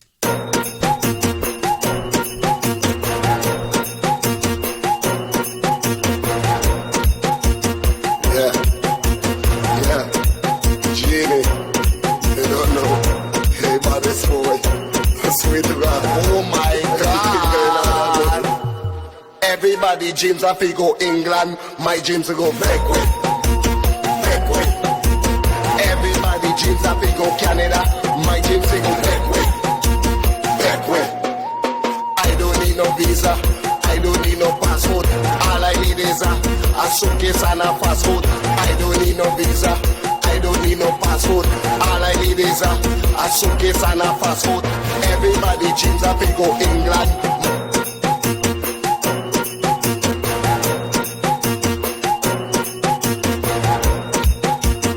Yeah. Jimmy, you don't know. Hey, but this boy, sweet rock. Oh my God. Everybody dreams of go England. My dreams to go backward. Everybody dreams of go Canada. My dreams to go backward. I don't need no visa. I don't need no passport. All I need is a suitcase and a passport. I don't need no visa. I don't need no passport. All I need is a suitcase and a passport. Everybody dreams of go England. My dreams to go backward. Everybody dreams of go Canada. My dreams to go backward. More stay in a villa, right on the beach. Drink me rum and go sleep. More stay in a villa, right on the beach. Drink me rum and go sleep. Everybody dreams of go England. My dreams to go backward. Everybody dreams of go Canada. My dreams to go backward. Yeah, I don't know. How come me when I tell you? Everybody dreams of go China, Japan, Taiwan. My dreams of land and Canada one. Everybody dreams of go England. My dreams to go backward. Everybody dreams of go Canada. My dreams to go backward. And we did it. Life for the life. Yeah. Yes.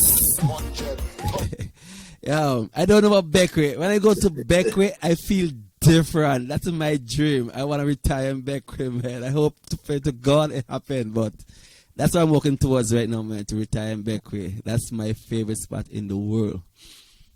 Let me share something with you, Colin, about Beckwith. Beckwith is the land of the clouds. Oh my God, Beckwith is just a special place, but you know, I gotta put some history and some historical context in it, right? I know you're familiar with Beckwith, so you know of Hamilton Bay? Yes. Okay. Hamilton Bay. Most of us who went to school here in the United States, they had to study government, you know. So Alexander Hamilton wrote the Federalist Papers. That is like to complete the Constitution, right? His father, I don't want to use the word exile, but he was based in St. Kitts and some family issues. So, you know, when I put something out, I want people to go and research it. But I'm speaking it in simple terms. He had to leave and he moved to Beckwith. So Alexander Hamilton, who is one of the biggest names, father, had to move to St. Vincent and lived in Beckwith. Lived out the rest of his life in Beckwith, Hamilton Bay. Because, you know, those guys were upper class with money and wealth. What is hurting us as we go into the 44th anniversary of independence is that he's buried in Anglican Cathedral yard, but we can't find the headstone. Real talk. Because if we can find the headstone or the marker, then that's another major tourism point, because Americans will leave in droves to go and visit Alexander Hamilton father's grave. So as we go into 44th, maybe we could put in more effort into redocumenting that history and at least try to market it without the headstone. Yeah, that'll be big for St. Vincent. Mm-hmm. You know, so Beckwith, boy, I don't even know how to describe Beckwith. Beckwith is an experience. Beckwith is piece of heaven and earth, man. That's why I explain Beckwith. Yeah, that is a special experience. I know the Tobago Keys water is just crystal, but Beckwith has a piece of sand down there on those beaches. It's soft, you know. Yeah. And you know, I think when God come to vacation, he stops in Beckwith first. He vacations a lot in St. Vincent. Yeah. Yep. Mm-hmm. But anybody who have not visited Beckwith, strongly recommend. And as the video said earlier, transportation to the Grenadines, especially Beckwith now, I think we got the boat leaves hourly in the morning now. Yeah, I think so, because kids come to school. Yeah. Mm-hmm. And in the evening, same thing. And then, whoa. The reef. So much memories of Beckwith. I'm doing Beckwith an injustice tonight. But I remember in Easter they had a big regatta, right? Yeah. And one of the best jazz festivals that's going on. The Beckwith has its own return visitors, and the Grenadines use this word a lot. Expats, right? That doesn't apply to me and you. That is like foreigners who now look at themselves as Beckwithians or Canoans. So they indirectly live in Beckwith, like they spend 6 months in Beckwith and 6 months to whichever country of origin and so on. And they really do enjoy. What I like about Beckwith is that amongst all this wealth, right? from visitors. The locals coexist very well. I think for all the islands, though, I think Beckway and the foreigners and the visitors, they get along really nice. Yes, and when you get down the people to people, Beckway embraces you. You know, you feel like if you live there, you know, they're so receptive to you, and they are. I think they are many steps ahead of the mainland when it comes to tourism. They understand what it takes and what needs to be done to make visitors welcome. And again, the food is very affordable. And the seafood in Beckway is just phenomenal. Right? It is phenomenal. So, Beckway has the nightlife is something different too. Right? And the family structure is the family structure that we grew up with as kids. But wait, before we touch, you were saying about the nightlife. What difference in the nightlife in Beckway than the mainland?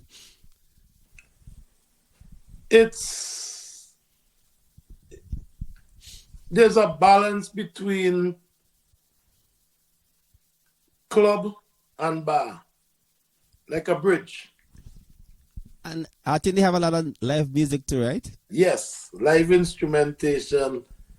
But you know, you go to a club, you know, you're going in a club and you're going to meet club environment. You go to a bar and always have a couple drinks. Beckway has bridged it that in one venue you have club, bar, restaurant in one. And it's phenomenal because what happens is that you are able to enjoy everything in one space. Right? Few things in Beckway are enclosed. It's open air, it's relaxing, and to me the water in Beckway, the sea water don't get cold. Yeah, you can go on the beach anytime. Yes, so Beckway is unique. It is the leader of the Grenadines. And everything else spills off from that. But we must say too, very important, it's very safe. Oh, yeah. Yeah, very safe island. Oh, yeah. You know, and for real, Beckwayans protect Beckway. They're proud of Beckway, and without even having to have a class in school. I think from birth, the kids were raised to understand the importance of Beckway to their survival. Yeah, in extension tourism, yeah. Mm-hmm. Right now, you leave Beckway and you go down, which is the next stop is Canoan. Right. And that's a mini Beckway. It is for the rest of the world to know. Canoan is the place where billionaires hide from millionaires.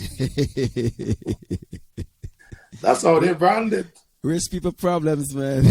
Yeah. So let me repeat that. Canoan is the place where billionaires hide from millionaires. So it's the ultimate high-end. Well, we finally getting a resort on the mainland. Canoan has a resort. Right? I let me share this. I have a friend who's Colin, you wouldn't believe this. She's I think it's Oriental or something, the resort name. So they give her bedroom slippers to put on, when you get to these high-end resorts. And told me to zoom it in and Google it. And she has it on her feet. Remember me, I use poor people telling her. The bedroom slippers on the internet was $2,800. Wow. So I was like, girl, take it off. That's just to show you the wealth. The level, man. And the type of clients and visitors that go to the Grenadines. So Canawan is laughing at Mustique and say, keep your millionaires down there. This way the billionaires hang out. Yeah, the big boys. You guys saw like people like Oprah was the frequent the Donald Trump. Yes. Just to name a few, yeah. It has its own fire department with brand new fire trucks and so on. And that's another.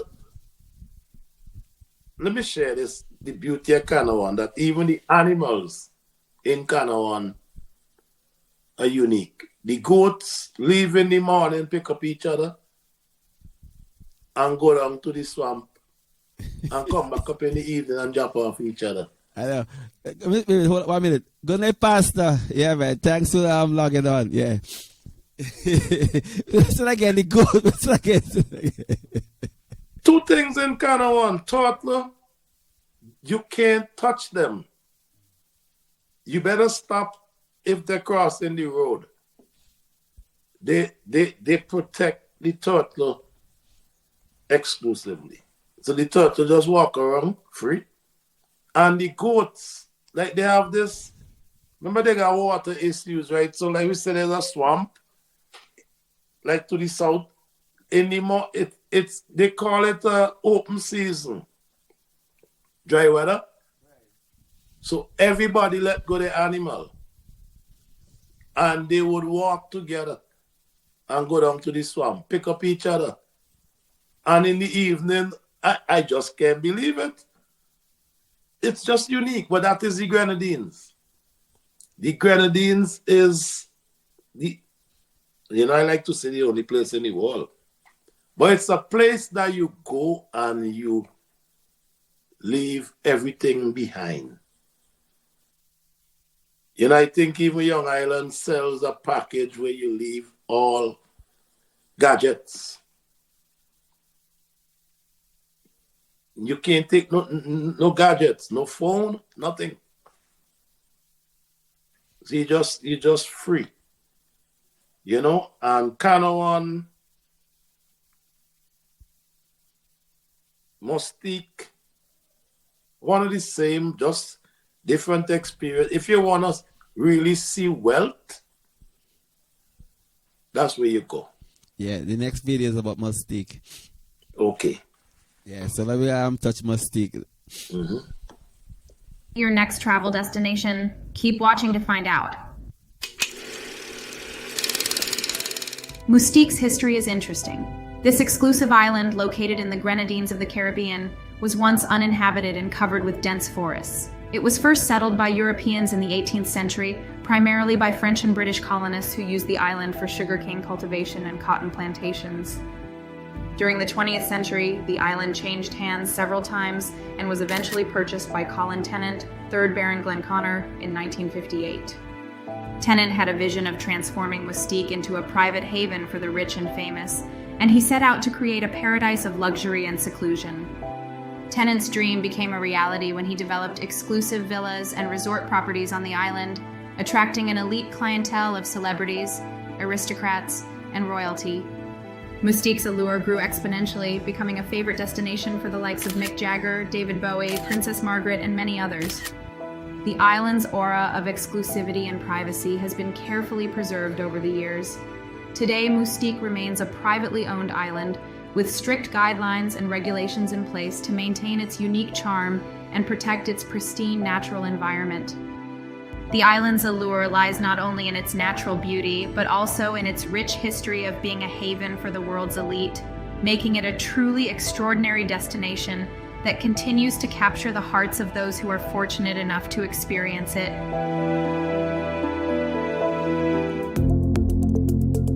Today, Mustique remains an exclusive destination, but is also open for anyone who wishes to visit and has the money.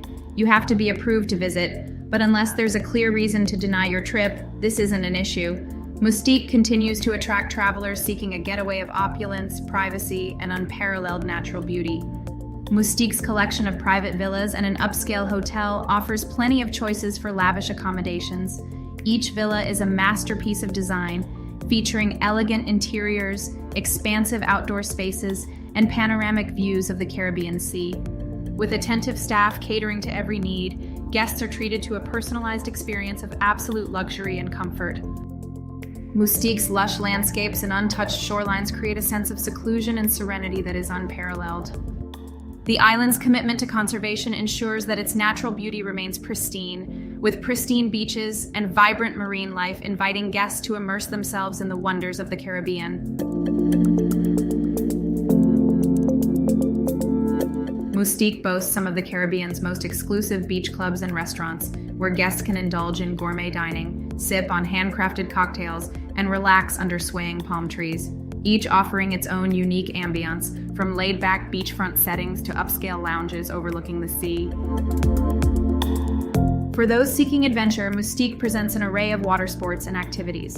From snorkeling and scuba diving to paddleboarding and sailing, the island's waters offer a playground for exploration and excitement.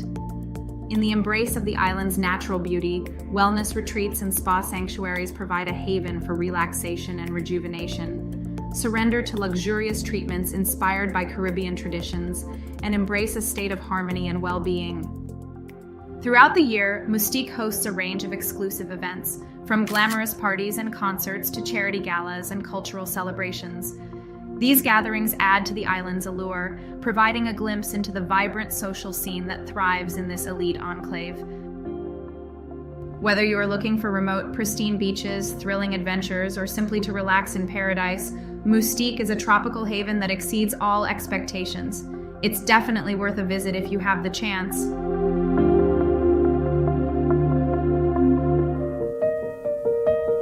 The small airport on the island doesn't welcome international flights, so you first have to fly to St. Lucia, Barbados, or Martinique, and then catch a connecting flight on Mustique's own small airplane. This scenic flight offers panoramic views of the turquoise waters and the scattered islands that make up this tropical region. Another option is to arrive in St. Vincent and then take a ferry to Mustique. Ferries are available from St. Vincent and offer a comfortable and scenic journey to the island. For those seeking a more leisurely and picturesque arrival, arriving by yacht or private boat is also an option. Many visitors to Mustique arrive via private yachts, enjoying the freedom to explore the Caribbean waters at their own pace. Mustique offers a well-equipped harbor and facilities for yacht mooring. Once you arrive on Mustique, you'll be greeted by the island's warm hospitality and impeccable service. The absence of commercial flights and the controlled access to the island ensure that your visit is truly exclusive and private. It's this unique journey to reach Mustique that sets the stage for an exceptional experience, making the destination even more cherished and memorable. Mustique is known for its stunning private villas, some of which are built for celebrities and royals such as Princess Margaret. The cool thing is, most of these villas are available for anyone to book for their dream holiday. Here are the top 5 villas that promise a stay beyond imagination. Number 1, the Terraces. Built in 1986, the Terraces sits proudly atop one of the 2 main hills that adorn Mustique. It has unparalleled spectacular panoramic views of its own 17-acre plot, the island surrounding it, both the Caribbean and Atlantic coasts and the Grenadines beyond. The Terraces is the largest villa on Mustique, with 9 bedroom suites, 2 swimming pools, and entertaining spaces, terraces and verandas to capture every light and suit every occasion. With an exceptional hospitality team, a building dedicated to games, and the largest entertaining space on Mustique, this is a villa for the few to welcome the many. I would say that staying in this villa could be one of the best holiday experiences there is anywhere in the world. Number 2, Villa Les Jolies Eaux. Formerly owned by the late Princess Margaret, this villa is an exquisite estate nestled on a hillside, boasting breathtaking views of the Caribbean Sea and neighboring islands. This opulent villa features lavish living spaces, a private pool, and lush gardens, providing an idyllic retreat for those seeking the utmost in luxury and privacy. Number 3, Villa Plantation House. Steeped in history, Villa Plantation House is a restored 18th century estate that exudes colonial elegance and old world charm. Set amidst lush tropical gardens, this grand villa boasts elegant interiors, expansive verandas, and a stunning infinity pool, creating an ambience of refined luxury and timeless sophistication.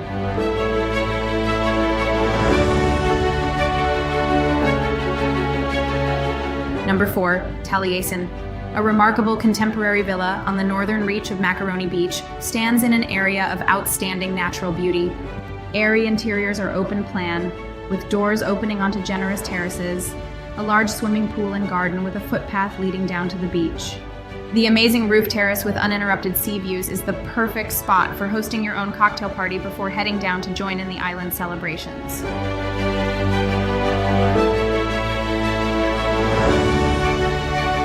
Number 5, Palm Beach, an impressive 6-acre estate opening directly onto Lanskoy Bay, is the pinnacle of beach life on Mustique. This Palladian-style luxury villa enjoys fantastic sea views, with direct access onto a white sandy beach. Interiors include formal dining and living rooms, though most people will spend their time in the large pool right next to the beach or dining on the shaded verandas. From your private, secluded base at this impressive beachfront estate, you can relax and explore the island at your leisure. Staying at one of these magnificent villas ensures a once-in-a-lifetime experience, where the utmost in comfort, service, and luxury come together in harmony with the natural beauty of Mustique. Whether you seek romance, family bonding, or a celebration of life's milestones, these villas provide an extraordinary setting to create cherished memories that will linger in your heart forever. I hope you enjoyed this video on Mustique. It's a super unique destination and definitely worth visiting if possible. Thanks for watching. Continue watching our other travel videos.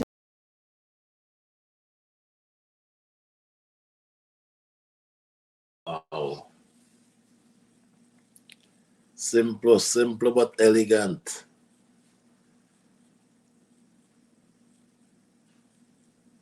You mute.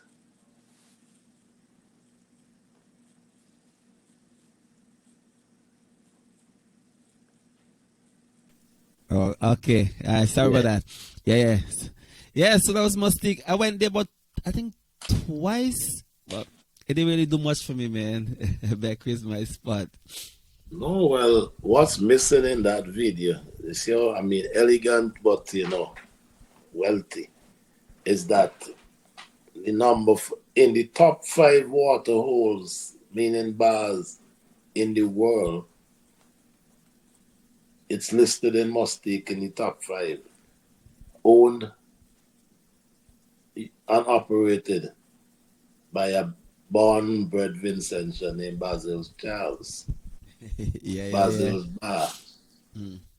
He no longer owns it. He's back on the mainland. But over the years, Vincy set the standard. Wow. Yes. So, it's important again that we big up our people and use them as inspiration for our younger generations. Yes. Right. So that they could it's very important they showcase your own people too, right? So people get inspired and and work towards something and figure that they can do it too. If one Vincy do it, they can do it too. And one of the things that stands out tonight, right? It's the high quality of marketing from these folks. That is something that we should aspire to, right? Because one of the things I always say, we are a country of limited resources, but if you give us the tools, we can help. So are we talking about social media, right? the ads. Every time I wake up, I'm seeing Jamaica, St. Lucia, all these other islands on social media. They are sponsored ads. Right. And I could sponsor one for St. Vincent if it's there. But it has to be marketed on Facebook. And then before you turn around, song play, call in, and the ad becomes on prime time on Facebook. And the millions or billions of users on Facebook will get to see and know about St. Vincent.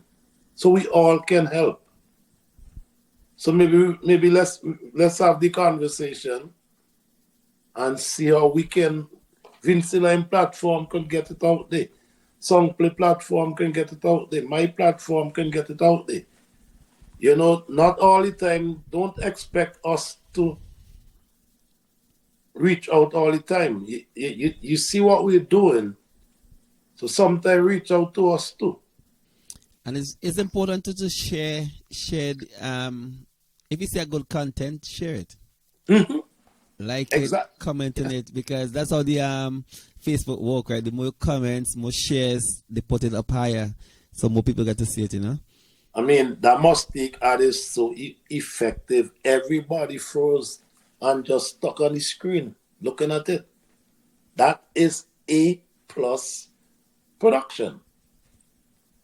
And we need, as a young nation, we must not be ashamed of our shortcomings. We must embrace our shortcomings so we can do better going into the future.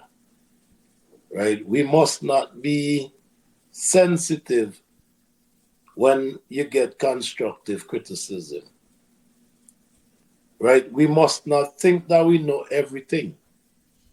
Because anybody who thinks they know everything, they volunteer to become dumb.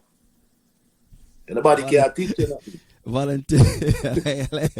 Yeah, when you think you know everything, you volunteer yourself to become dumb. Because nobody can teach you anything. You think you know it all. You know, that's why when God built the ark for Noah, he didn't put no window. He knew everything. You see? That is part of our social interaction problem. And if we're going into 44 years of independence, as a young nation, we have to find ways and means to overcome those obstacles. You know, half the time we sit and bassa each other. Tomorrow morning, you can't remember what the argument was about. I know, man. Time we sit down, like, for me, like, I just like, okay, because my job, I get to meet a lot of people from different parts of the world. And just to see how they interact and how they go about doing their things, man, it's amazing. You know? I want to touch on that, especially with Mustique and Sanders coming, right? Because I see the chatter going around about the beach and access to beaches, right? It's a law that nobody can own the beach, right? But that's the law. But they got common sense in life too. Colin, when me and you want to go on that strip of beach with those buildings, those resorts just put up for, I am not going to buy no Coca-Cola for $15 US. That is what it costs over there. But we tend to always try to find things to cause arguments and dwell on the negative. Sanders put up a resort down there, right? Sanders does not own the beach. But how productive is it for me and you to want to go down there and swim? You see where I'm going with this, right? Yeah, but we'll touch that next night. We'll touch that. Right. We'll keep it positive tonight. We'll keep it positive. We'll keep it positive tonight. as a young nation, we have to learn to figure things out and let it work in our best interest as a country. We have to work together, man. I find we do not work together enough. That's one thing we really have to start working together, come together, and just have business plan. We could do business together, man. We have to do that to survive, man. You know? Yes. Nothing wrong with doing business with your friends, man. Instead of talking shopping this whole day, come with some business idea and you work I'm telling you. Work together and get it done, you know? Because you get to Mustique there, and Mustique just spoke for itself. I don't think there's anything there you could say after that presentation. Only one thing we could say, our girl Rachel said she used to live in Mustique. So big up Rachel. What they calling people from Mustique? What they call them? Have a name? We're going to call Rachel a Mustican. Big up our Mustican, Rachel. So yeah, we have other things to touch. We're gonna go to your. Okay, I went to my island. I'm gonna go to your island now. Union. Yeah, that's your island. I know you love Union. Yeah. Union. Yep.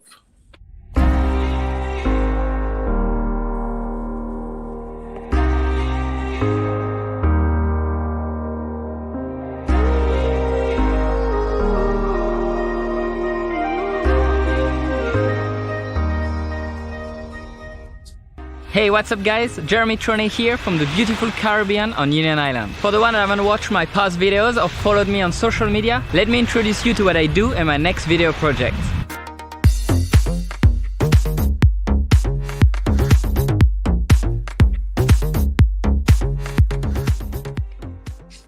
So I was born in south of France, as you can hear with my accent, and I moved to Martinique when I was only a few months old, so I spent all my childhood there. It's another Caribbean island, a little bit more north from here. Growing up on an island, I spent my whole youth in the ocean, surfing, diving, going fishing. It was always fun. And around 1999, 2000, I built my first kite and I started kite surfing. The year passed and I got lucky enough to become a professional kite surfer. So I started traveling the world and used my passion for photography and videography to share all these experiences. As I was traveling, every time I was getting to a new place, I was wondering, could I live here? Would this be a potential home for me? But I was always missing the Caribbean vibe that you can't find anywhere else. And this is why I decided to base myself here in St. Vincent and the Grenadines on a beautiful island we call Union Island. Living here, I started my own business, the JD Pro Center Kitesurfing School, and I still ride professionally for one of the coolest kiteboarding brands on the market, North Kiteboarding. Now that you got a good introduction of what I do and where I am, I would like to introduce you to my new video series, Island Life. Freedom Island, Freedom Island. We not living no more, we just vibing, vibing, vibing. Freedom Island, straight vibing on Freedom Island, Island, Island. Freedom Island, we not living no more, we just vibing, vibing, vibing. Freedom Island, straight vibing on Freedom Island. We light a fire on the shores of the island, so if you're shipwrecked, know that you're invited. Genuine vibes of mingling tribes, we feel no differences, on them we thrive. When you arrive, dispose extravaganzas. A man's ego is the greatest propaganda. Keep you blind to the freedom. So I started Island Life to give you a cool insight on what it takes to live on a little Caribbean island like Union Island. I'm gonna try to cover as many things as possible, whether it is the very fun days we have out or the little struggle we can find when we start a business, for example. Union Island is located in the South Caribbean between North America and South America. Let me show you on the map.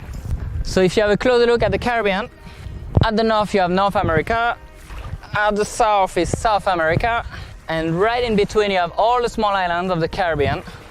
South from the island of Martinique you'll meet St. Lucia, and south from St. Lucia you'll meet St. Vincent, and south from the island of St. Vincent you will meet the Grenadine Islands. So Union Island is the further south of the Grenadines, located right here. One of the things I love about the Caribbean is even though all the islands are very close to each other, they're all very different and each island has its own particularity. For example, St. Vincent, it's very untouched and have amazing waterfalls. And right next to it, the Grenadines, you have some of the most amazing, beautiful beach, a crystal clear water and amazing white sand. So if you want to escape, you could just take a boat or a small little plane and end up in a completely different country that's only a few miles away from here.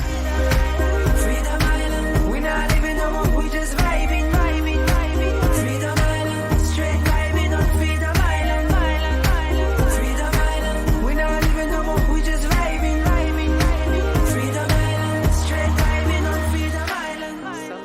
Okay, so the weather on Union Island, it's 30 degrees all year long, and the water is not far from that. The island is 3 miles long and 1 mile wide, so it seems pretty small, but its hilly landscape make it look much bigger.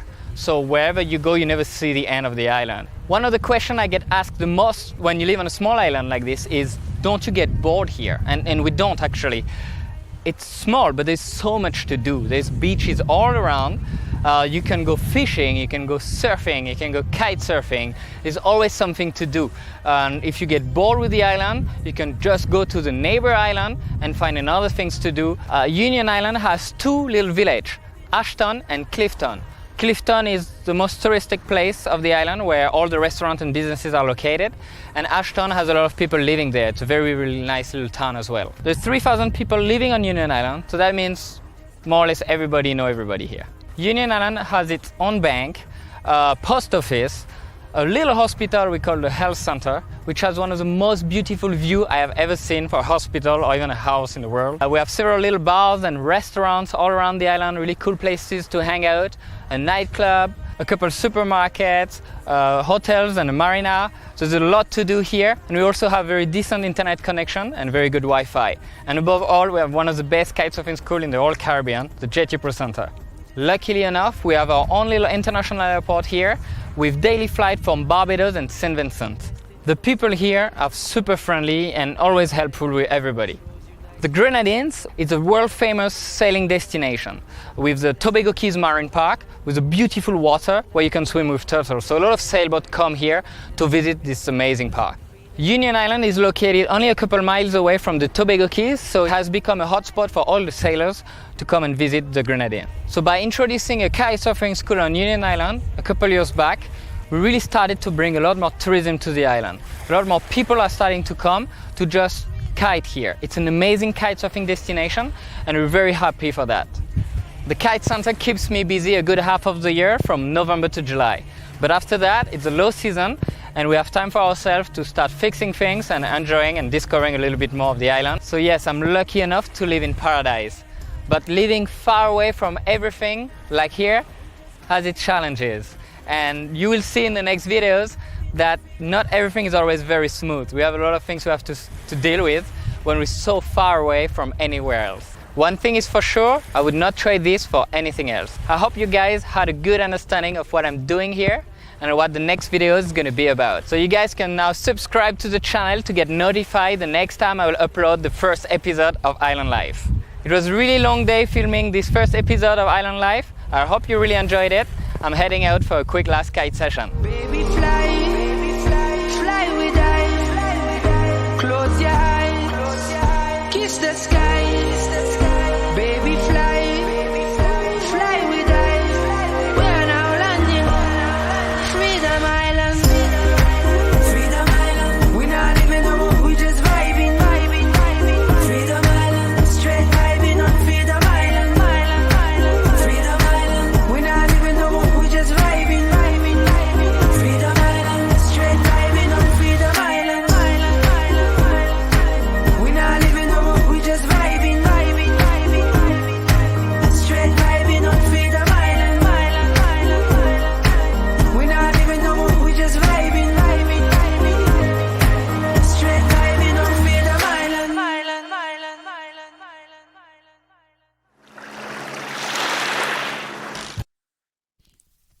Wow. Yes.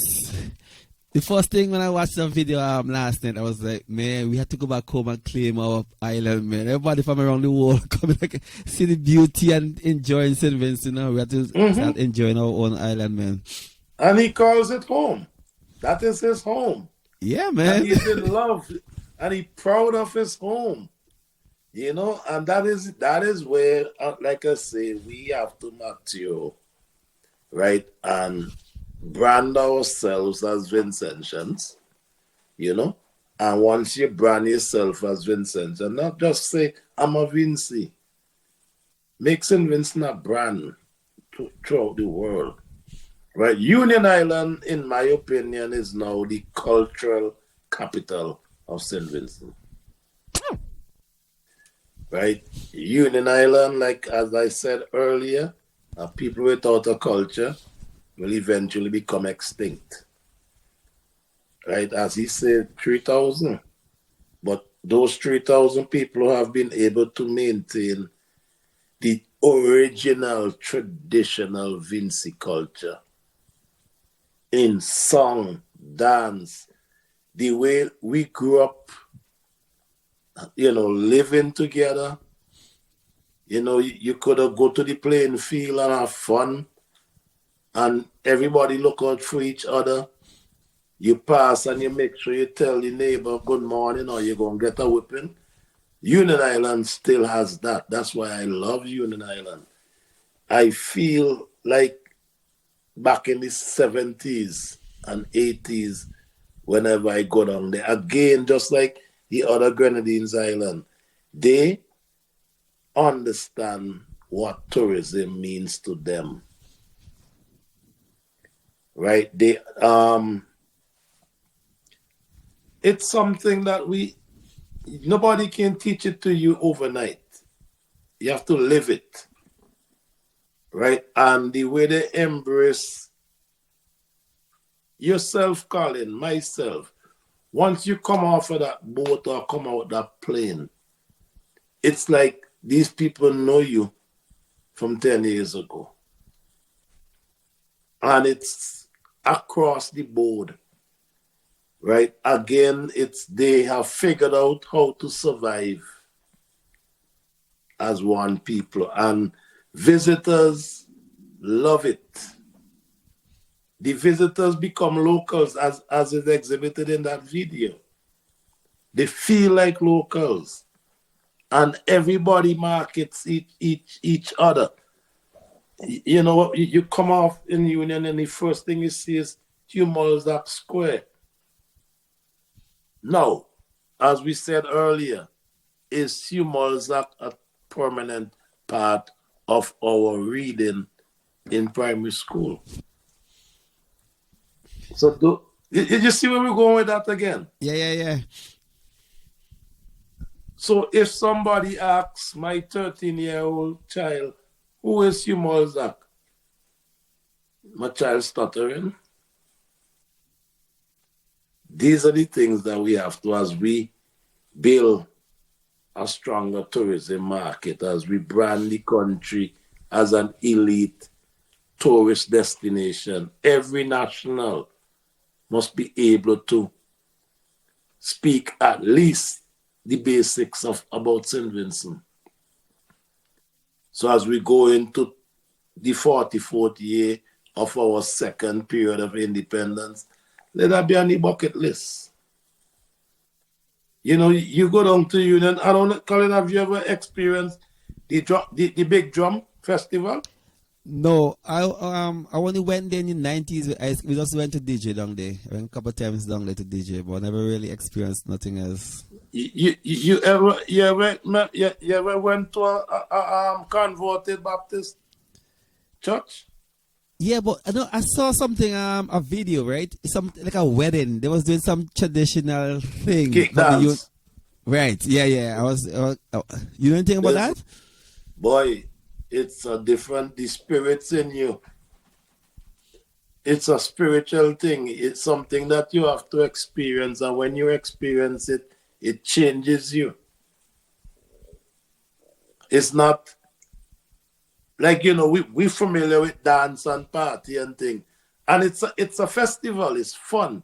But when them drums start beating, and remember, it's heritage. It's cultural. Right? You just fall into it and you can't come out. And that is the beauty of, again, protecting the culture. Right? And I honestly want to take this forum to thank the Unionites. Because we on the mainland or other parts of St. Vincent can go on a pilgrimage to Union and get back that. Get it back, because we need it back, especially for our spiritual being. And the next generation too, man. Yep. And then Union, as he said in the video, is the launching pad for the rest of the Southern Grenadines. 5 minutes, you're in PSV, Palm Island. Maybe, depending on how fast the little boat is. I like to call them the little boat, you know. Because it's a unique experience on these little boats. Right? Tobago Keys. That is where God does sleep. I never went there. I never went there. No. The Tobago Keys is where God does sleep when he come vacation in St. Vincent. It is the most beautiful thing you can see. It's just different. The water, it ain't blue, it just crystal clear. I'm talking about no matter how deep it is, you can see the bottom. Sit down there and it's highly protected. Yeah, it's a protected zone. So don't go across there and think you're gonna drop no sweetie paper. You drop a sweetie paper on the ground, it's gonna show itself. Because the place is so clean. And it's the Tobago Keys. We have so much to market to the world, but our country needs us to help our country do that. We cannot, no longer should we sit back and say, what them people they doing? Or why this is not being done. You know, we go back to the words of, President Kennedy. Ask yourself, what can you do?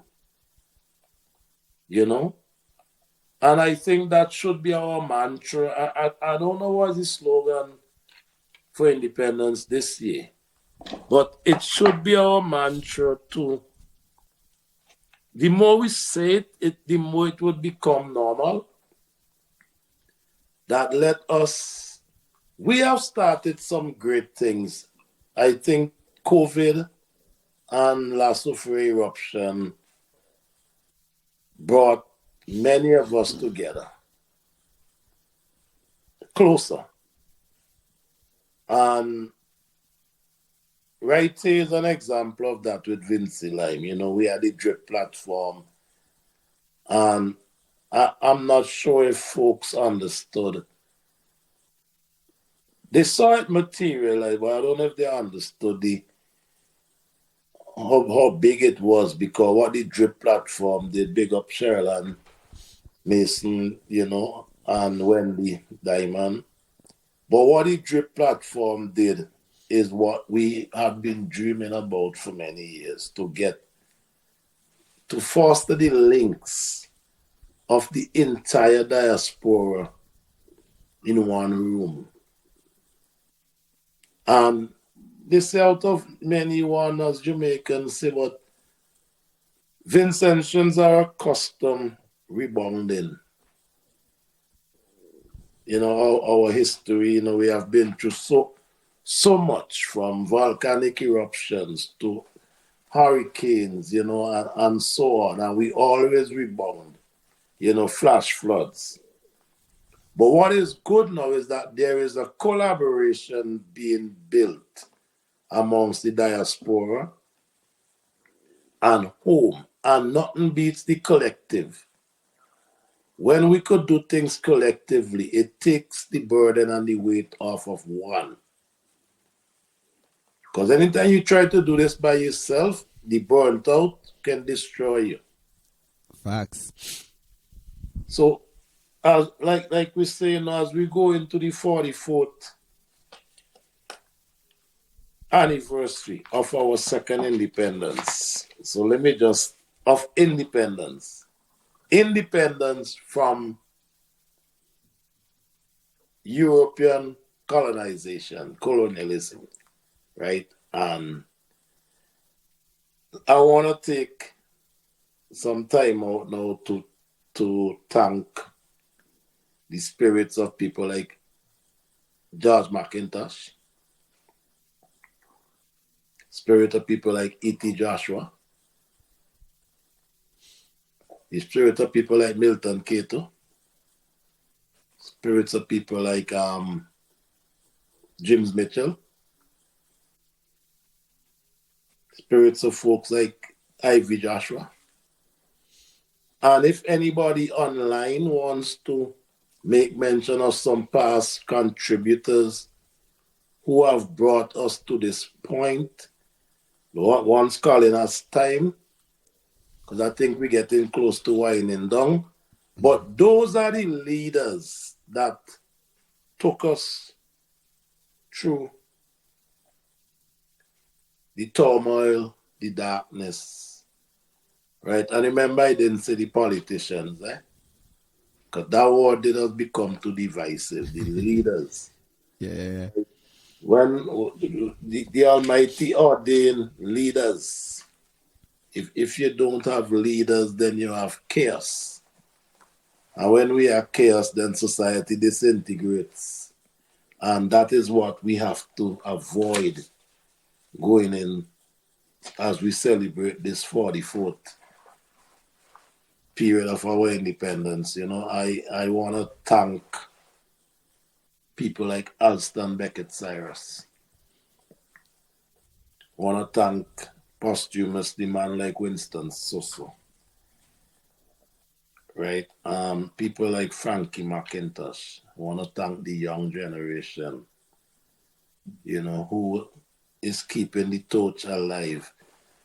You know, I don't want to start trying to thank everybody, but thank guys like Gamal, Skinny Fabulous, Doyle. You know, guys like Kevin Littler, who's still impactful with tourism and getting the name of St. Vincent to the wider world. The military brothers. So that's to bring in the younger generation for what they're doing to put St. Vincent name out there. Marlon Rudy. You know, a lot of people don't know how big that guy is. Well, we will let them know, you know. We will let them know, because sometimes what we do is we so focus on soccer. Anything in front of us, what's in front of us, that's all we focus on, right? You know, exactly. You know, I want to, as usual, you know, big up the women in the entertainment industry. You know, let me send a special thanks shout out to Miss SVG Current. I can't remember her name, but I follow the thing. Right. You know, and there's so many, you know, special thanks to all the teachers who have brought this nation, you know, put intellect in this nation, children. You know, all our medical persons in the medical, you know, our police. You know, and hopefully, you know, we reach out to the Almighty to continue to make us get closer. You know, ask Him to help us get some of this negative thing behind us. You know, that's what I would like to see for independence, you know. Yeah. But Shortmus, how much more time I have with you? Because I want to do something. I don't know if you have time. I can go until midnight. Okay, so yeah, because I got to go to the lounge. Yeah. So I have some of the biggest songs of the St. Vincent, some of the biggest artists. I just want to run through a couple of them so that I think it's important as we celebrate. We have to celebrate our overachievers, man. We have to. But first one, I'll touch this. We'll bring some blessing and anything tonight.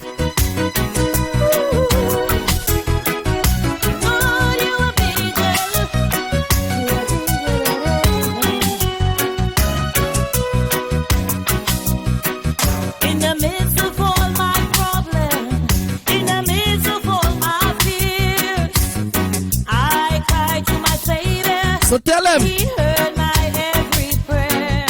He said, I'm with you always. On me you can depend. So I wipe my weeping eyes.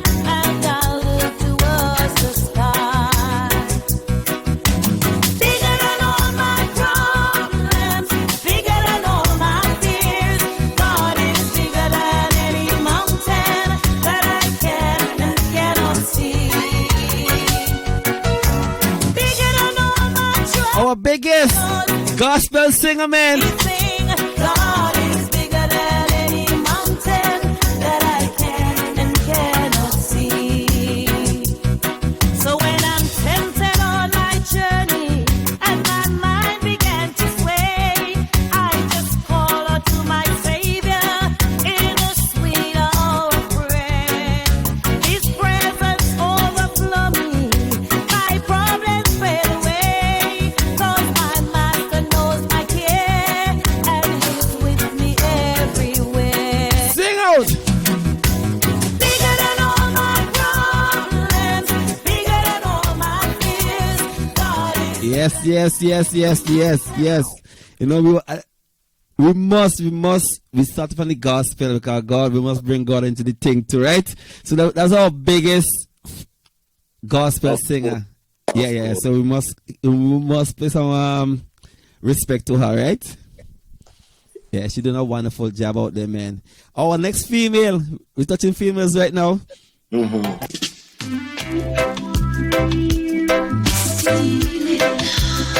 We must touch her. Unless your good friend, you know. You held me in your arms and made love to me. Yeah. You, my heart's desire. If you don't know, Miss Judy. Hi. Your lips caress me. Yeah. We don't have much time. So, like your good friend Judy Boucher, tell us something about Judy, man. 2 double platinum albums. Invited to perform in South Africa. Resume so big, man. I mean, these are things that we at home didn't know. You know, Miss Boucher is very accomplished, highly accomplished, very respected and loved in the international community. Has taken St. Vincent. I don't think any other Vincentian artist has taken St. Vincent into Africa as she has done, you know, and I give thanks. I give thanks to God for sharing Judy with us, you know. My good friend, lover. Yeah. I just say we don't have much time, so we're just touching artists. Ooh, yeah. Na na na na na na na na.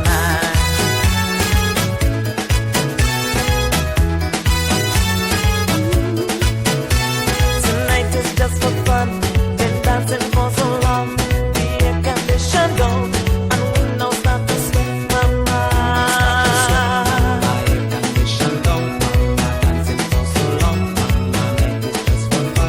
I hold you round your waist and groove you to the bass. Your heart knows not to waste. I want to get you wet, mama.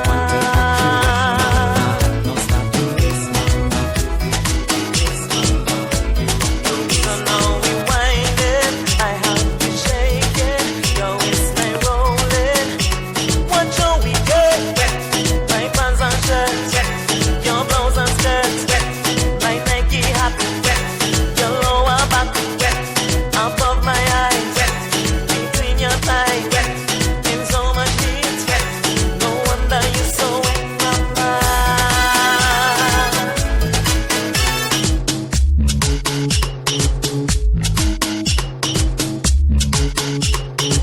Outer road we are look now.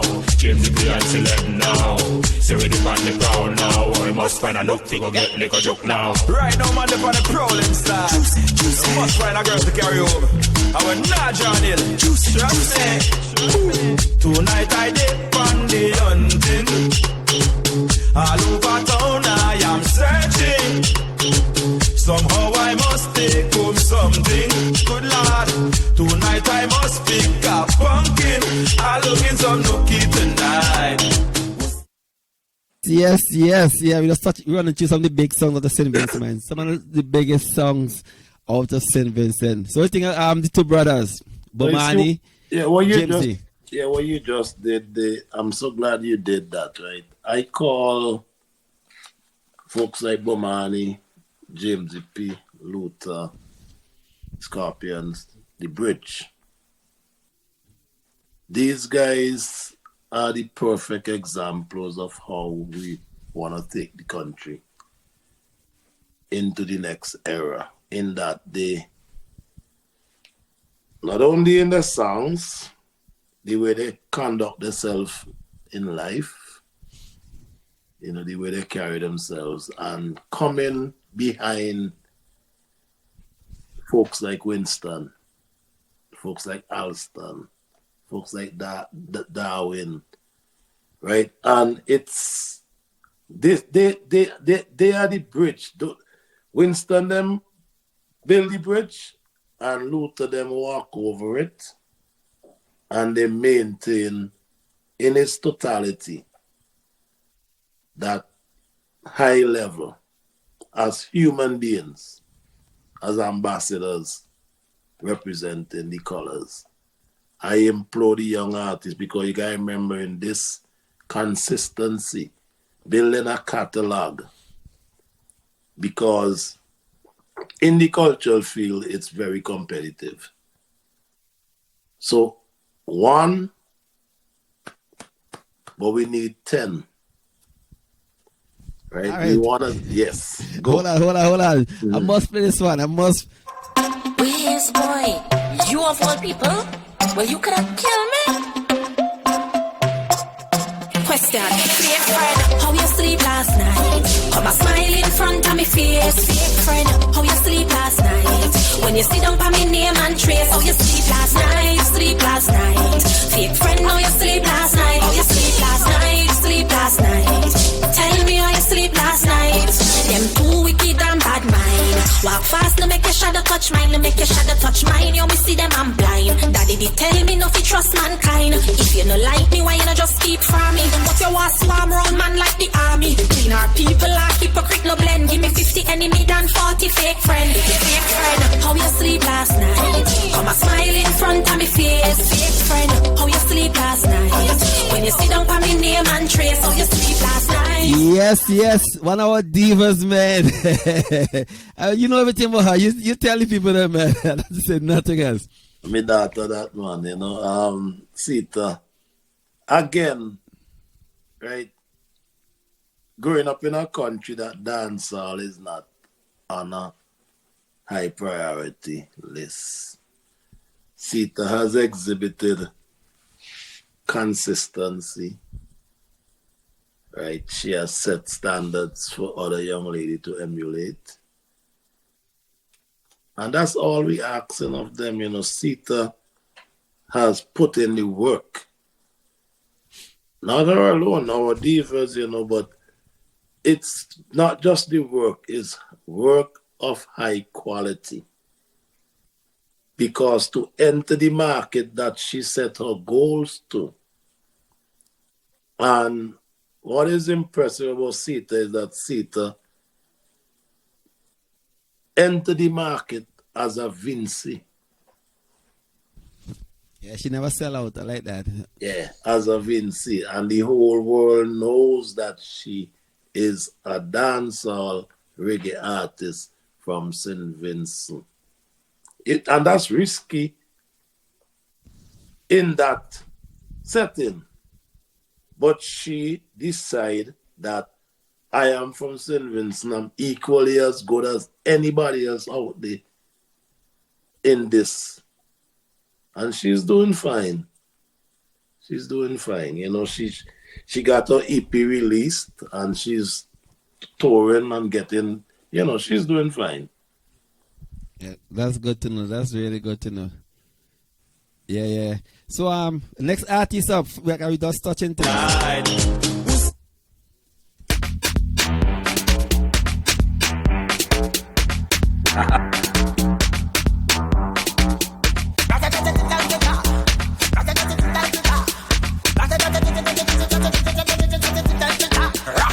When we touching on the place, me now wash the face. Everything it have to sell out. We have liquor by the case. Tell them rolling bumper. Man them whining panda. up. Whole place I go burn up. Shell it down, shell. Shell it down, shell. So the girl them do it real easy. Simple, believe me. Shell it down, shell. Shell it down, shell. So the girl them do it real easy. Yes. Mr. Brave, that was a big one. That was a big one to St. Vincent. See, young lion, you know. Vincy can't done, you know, Colin. Vincy can't done. We had things, man. We had things. We touch another big one. Mm-hmm.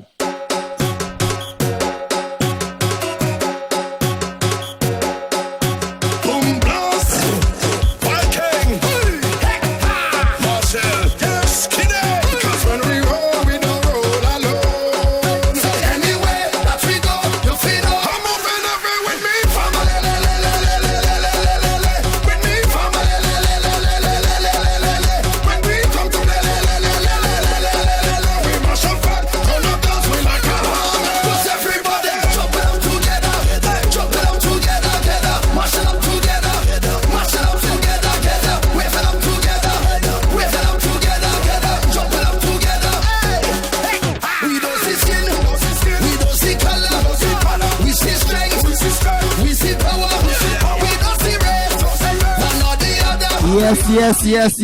I know you have to go. But let the thing fast on that one. All I want Vincentian to do is to love Skinny.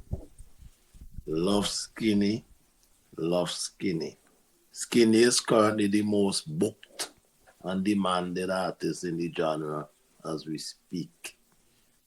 Whatever, do continue praying for him. Let the world know that we love Skinny Fabulous and he's one of us. Let him know that we love him and we're proud of him and keep uplifting him. Right? Like I say, right now, he is the most demanded and most booked. And it ain't no curry favor. He has put in the work to be where he is today. Happy Independence, Skinny. You don't know. Yeah. You can't put some Skinny into this other brother here. Well, I wish you didn't play the two of them. Yes. I'm not coming to work today. I can't see. No, nothing wrong with my eyes. I just can't see myself coming to work today. Thank you. In other words, I ain't not doing one today. Don't tell me about work. I out on the road today. Me and some pretty I out on the boat today. I don't care what time of day it is. I drinking rum today. I'm having fun today. Yeah. Holiday. Today's a holiday. I don't care what nobody say. I'm not going to work today. Holiday. Today's a holiday. I don't care what nobody say. I'm not doing no work today. Yes. Wow. That song is the fastest million views on YouTube for Vincy song. Yeah, for single. One person. See the song. Listen. Most trending song out there right now. For those who don't know, that's Problem Child. And a song, please say, #1 soca song on YouTube. Problem right Child Holiday. Yeah. Right? And again, the same thing. Vincy, let me just put out your hands. Hug up Problem. Uplift them. Anytime you open your mouth, talk for them, send them to the world. Because they have put in the work and they're ready to take our flag to a higher level. Straight. I don't think any song has done this. This song just released and gone straight to 1 million. That's crazy. And TikTok, I think everywhere on TikTok, man. Mm-hmm. Yeah. You know, just before you, Problem has survived. And for that, I'm happy. It wasn't an easy road for him. A lot of artists need to study Problem Child, man. Yep. Straight up. He has survived, man. And I'm so happy for him. I'm happy for his moms. Her moms be listening to us sometimes, his moms. Okay, nice. Tell Yeah, moms you yeah. want this. Tell moms you want this on the program. Yep. Eh? And look, me next daughter, Chanel Rich. Good night, Good night, Chanel. Chanel. Good night, Chanel. Yeah. But the next artist we're gonna touch, for me, this guy have the deepest and the best catalog in soca, hands down. I don't care which island you're from, but this artist here, for me, have the best catalog.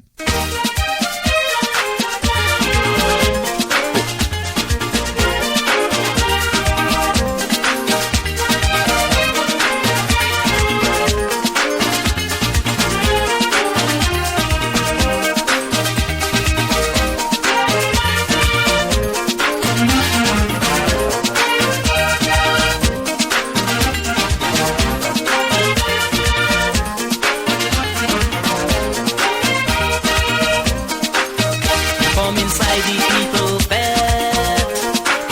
We dance all night until we wet. But when I ask you for your number, you have a negative answer. Girl, you ain't nothing but a teaser.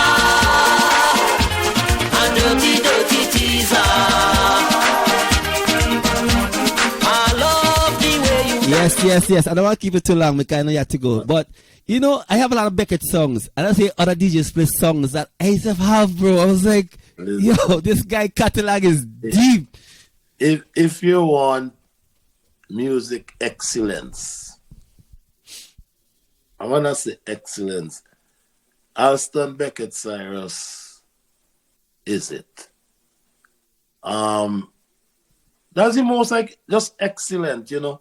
This brother has given us the first soundtrack in a US movie, In the Deep. He's the first and only singer, soca singer, calypso singer to have performed at the US Open. Right? He has won he won the first CMA, Caribbean Music Awards. Went up against some giants and won with Teaser. Teaser might still be the only song that has been done over in the most different languages. You know, Alston Beckett, Cyrus out of Layu, St. Vincent and the Grenadines. And again, just like I said, we have to let them know that we love them. You know, we have to always let them know that we love them and we appreciate them every chance we get. Yes. So I have one more before we go. The biggest song out of St. Vincent and the Grenadines. Hey boy, you wanna wine with this bitch and girl? Oh yeah.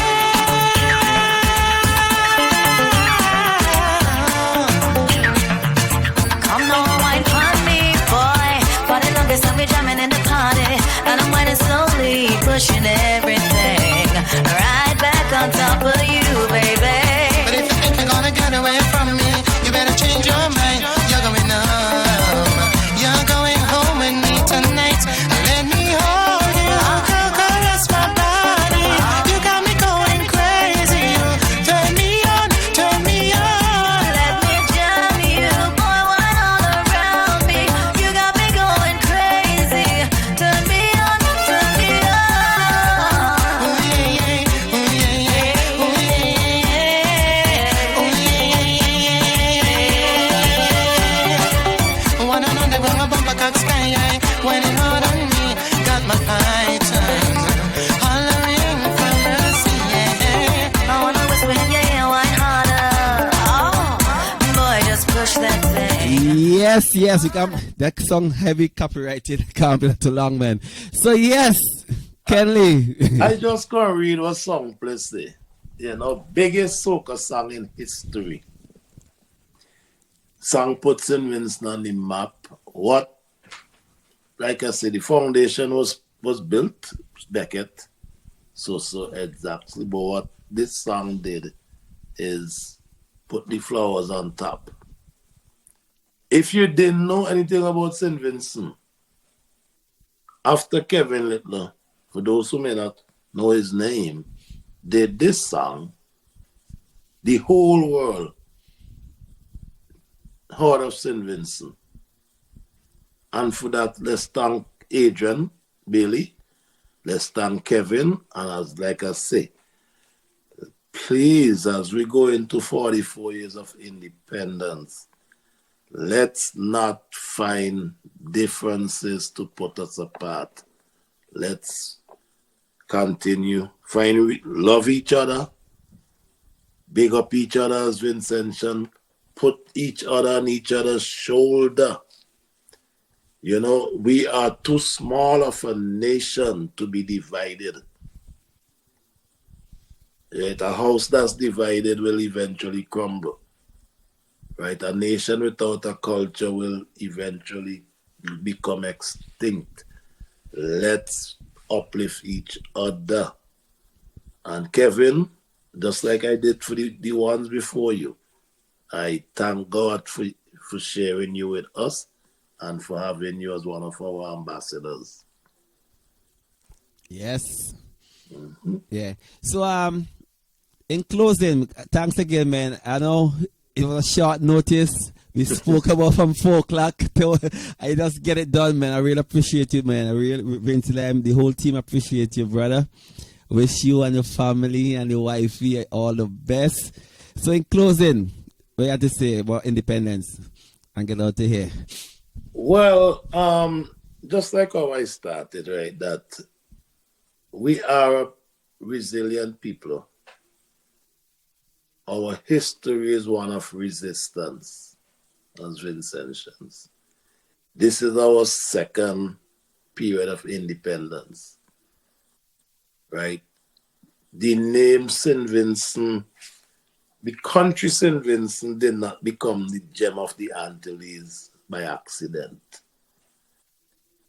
right? We, the only country that resisted colonization successfully, the only country in the Caribbean that had the shortest period of slavery. And we wear those titles proudly, right? We are the country that the worst genocide in Western history has been done against, the Garifuna genocide and exile. Whilst others went through genocide, the exile, and we are living proof. Out of many days, one, the Garifuna nation has, from 3,000 survivors, is back to over 300,000. And I want us in this, would love for us in this, our 44th anniversary of our second independence, to embrace each other, continue sharing our history, our story. We must be proud of who we are as a people. We must be proud of our accomplishments over these years, right? When we see the name Chateauye, we must look at it and be proud of our past. There is nothing about St. Vincent for us to be ashamed of. Let us practice to see honestness and walk away, which means don't wake up, don't let nobody make you go sleep with this negative energy, and don't wake up first thing in the morning looking for negative energy. It's going to become a permanent part of your life, and you're going to become a negative person too, right? Let's take our colors serious.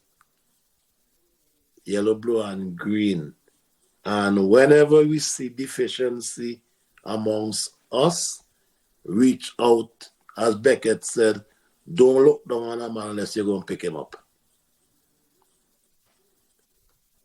Right? And let's continue to be our brother's keeper. Let we go into independence with love.